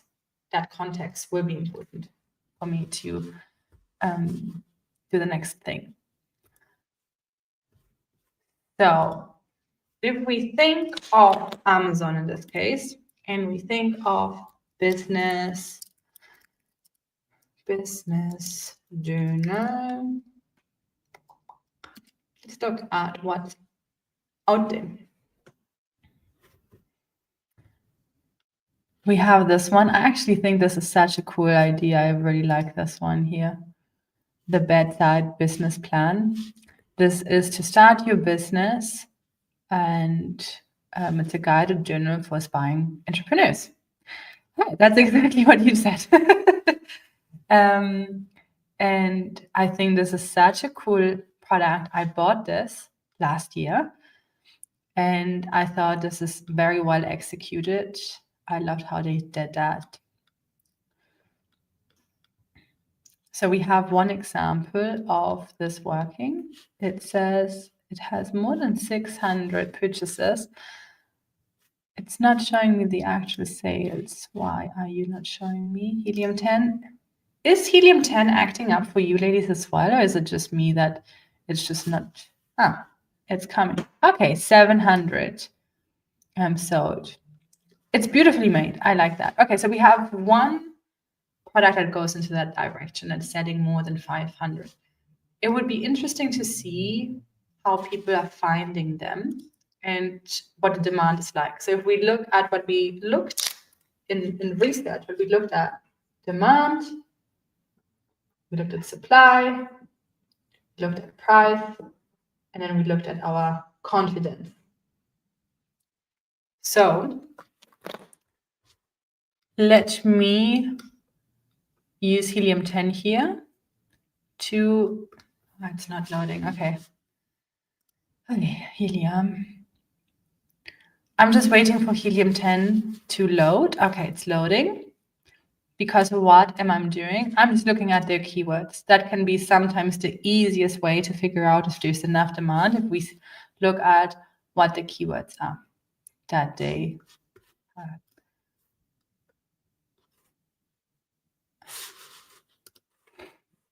Okay, so this product has 1,269 keywords that Amazon associates it to. We want to make sure we don't get low quality keywords that have like 94 searches. We want high quality. So 300 searches minimum, and we don't care where this product is ranking on page number 10. We want to see where they're ranking on page number 1. So that's 1 to 50, and then we apply filter. And then it already filtered it. So we see 105 filtered keywords. If we sort this by search volume, business planner has 3,000 searches. Business owner gift ideas. Okay, so this could be that they're having more sales because of Christmas as well. Business planner, gifts for businessmen, small business, entrepreneur gifts, new business owner gifts, business notebook for men, business woman gifts, gifts for new business owner. Oh, so many gifts. Business journal, business planner for women. Now, if we look at those keywords from this particular product, we are not having that much demand. Because what did we say earlier? We want to have our product type in the search. So if we see business owner gift ideas, it's a little vague. It's going to be tons of different products. Let's see what comes up. Yeah, I don't even know what that is. Like a digital business card. I love my boss. P.S. I work for myself. Okay. Results are random. Not ideal. Means that it could work, but it doesn't confirm the demand. of our idea. Here we see that this went up by 21% in the last 30 days, and a lot of these went up by a lot. So there will be some seasonality to a lot of these keywords. This one has not moved as much, so this seems to be more stable. But we can look at the history. So let's look at the history. Yeah. Throughout the year, it stays pretty similar. Now, we've only looked at the keywords of this particular product, so that alone is not enough. So what we can do is, let's look at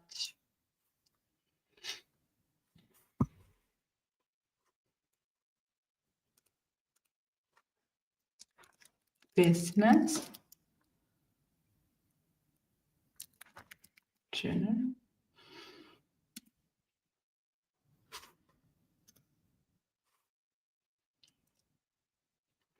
So Magnet is that tool that we find here that helps us find other keywords.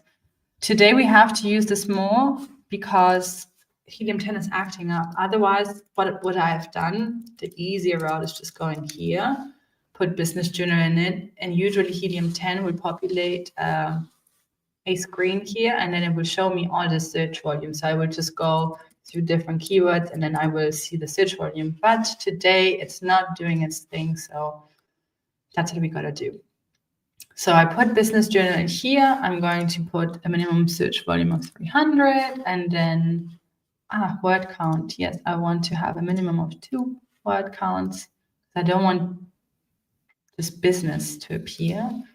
And then I can put business entrepreneur.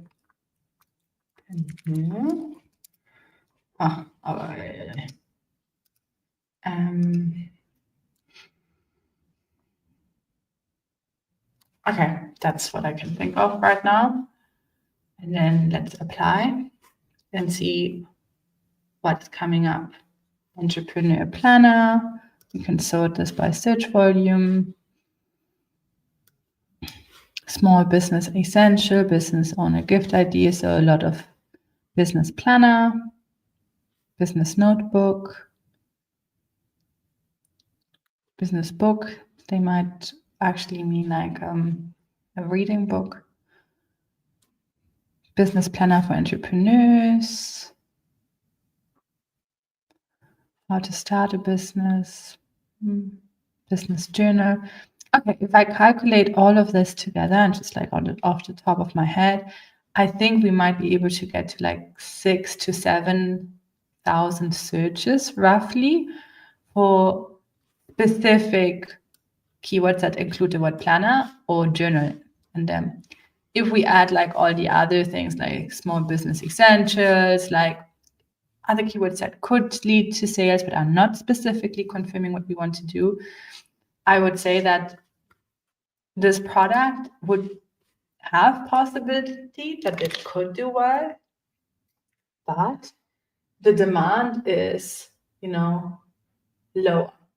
So it might be 6,000 to 7,000, which can still be fine, especially if you don't have a ton of other competitors. So that's still okay. Supply, if we look at supply, we have some.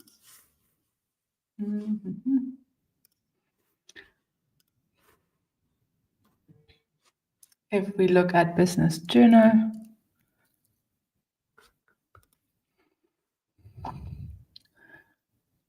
we do have not a lot. We have, these are just general notebooks. This one is the main one.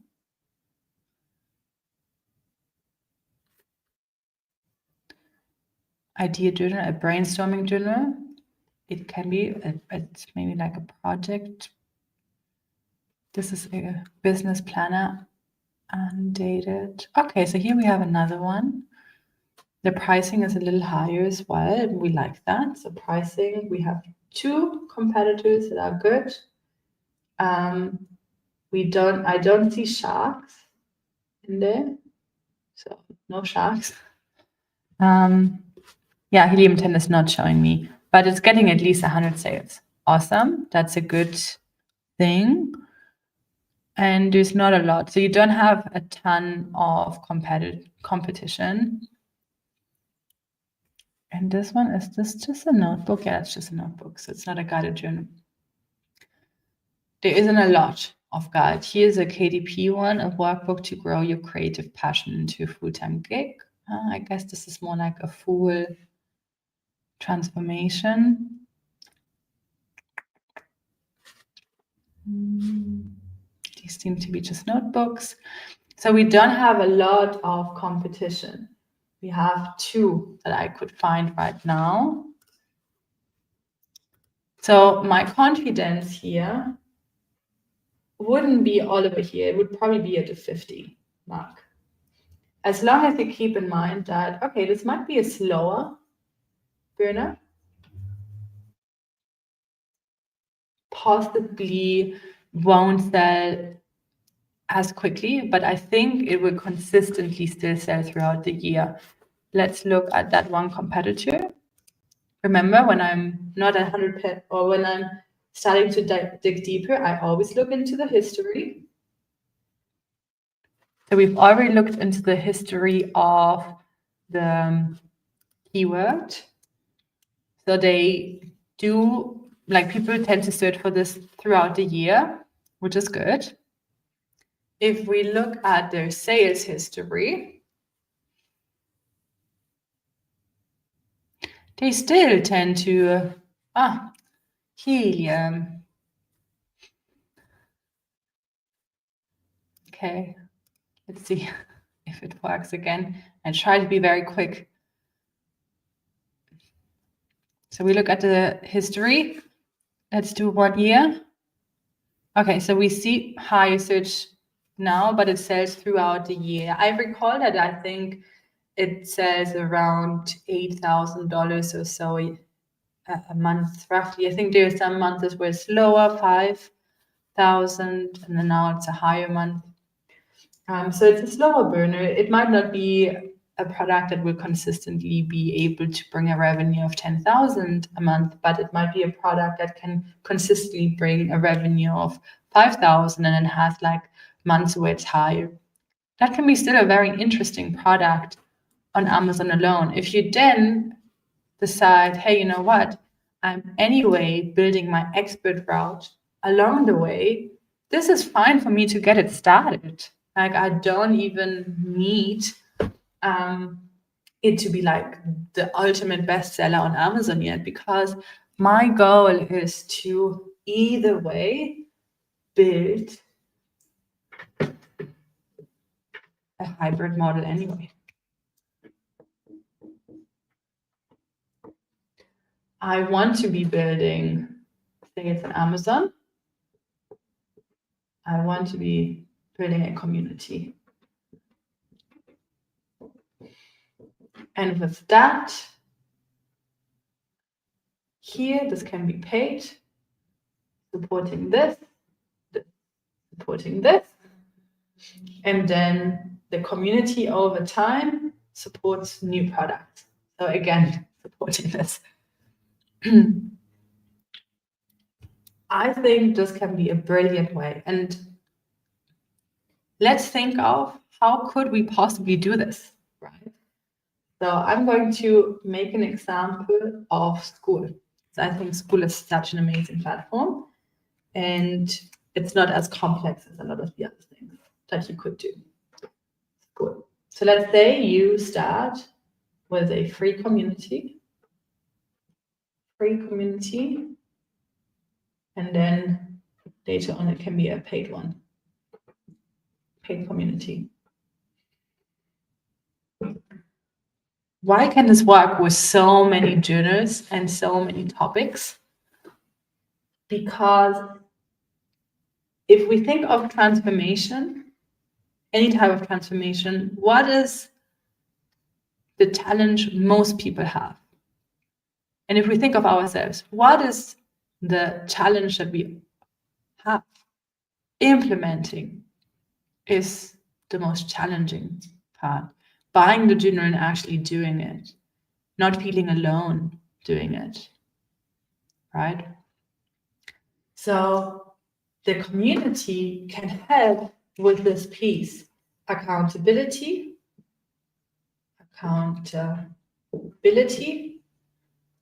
plus community. That can be very valuable. If, let's say, I buy a weight loss planner and I see that there is a $10 a month community where there's like weekly calls, whatever, what they have, right? I find that accountability really worthy for me. Why? Because my perception of my likelihood of achievement automatically goes up. Like, if I know I'm not doing it alone, I feel this is more likely to actually happen, right? Many of us have tried many things over the past. And when we find a new methodology, it can feel discouraging because we know ourselves like, oh, I'm not even sure I will do it. Will I actually even use this journal? Will I actually use that? So having that and initially making it a free community so that when someone has a product, they can just, go for a free community, and then you could have a second community that's a paid one, where people could then to have, let's say, co-working sessions. If it's an entrepreneurial group, it could be goal setting, co-working, accountability sessions. You don't even need to necessarily coach people. You could just really facilitate them doing it together and facilitate accountability. You can also do it the other way, right? You build a free or a paid community. And I recommend Evelyn's group for this. You can learn how to do that with apps, through creating freebies and an email list, and then leading people free workshops, paid workshops, live launches. There's tons of different ways that work. You just find a way that works for you. And then you can build your community as you're building your product. And then what are the benefits? So the benefits of having a community is that you have more monthly revenue that helps, and especially you can have monthly recurring revenue, which can add lots of stability to building your actual business, the stationery business. So, and it helps you confirm ideas. It helps you then have a stronger launch for your physical product.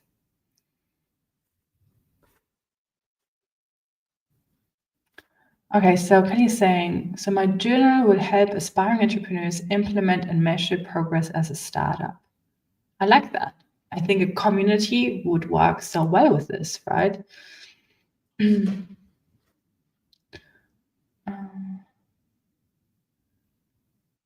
Oh, I think I missed so many comments. Sorry.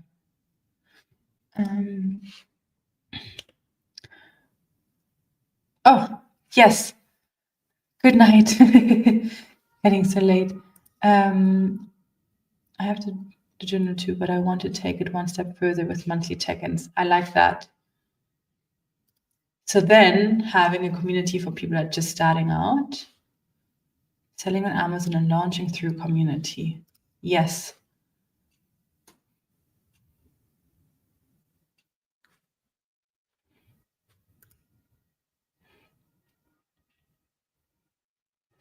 The journal designer is really nice as well. She's based out of Calgary, Alberta, Canada. Cool. I didn't know the designer of that journal. Very cool. Focus is, yeah, we looked at that. She says in Indigo as well. Nice. I love Indigo, by the way, for all of you Canadians. Oh, it's such a cool store. We don't have something like this here in Germany yet. Like, I would love that. You have so many beautiful journals, and the guided journal section is starting to get bigger, which is beautiful. Okay. So the hybrid is making more sense. Thanks for explaining that, Laura. Yes, I'm happy, and I'm happy to incorporate any of your thoughts as well. But I think that this can be such a beautiful addition. Let's say, I mean, for entrepreneurs, you can also, and starting entrepreneurs, it could be a community that's like $29.99. You might have 100, 200 members in there. Then you have an added monthly recurring revenue of let's say an average of $5,000, well, $2,000 to $5,000 roughly a month. And that can help fund this project more and more and fund more, help with cash flow as well, especially because any type of product business is so cash flow heavy. Sometimes when you're very successful as well, very quickly, it adds a big challenge because then you have to purchase a lot more than you bought before, and then you don't have those funds from Amazon yet because you need to reorder earlier. So then there's often a cash flow crunch. So adding that with a community that has some monthly recurring revenue, even if it's just $1,000 initially a month, like, isn't that awesome? Isn't that like a beautiful?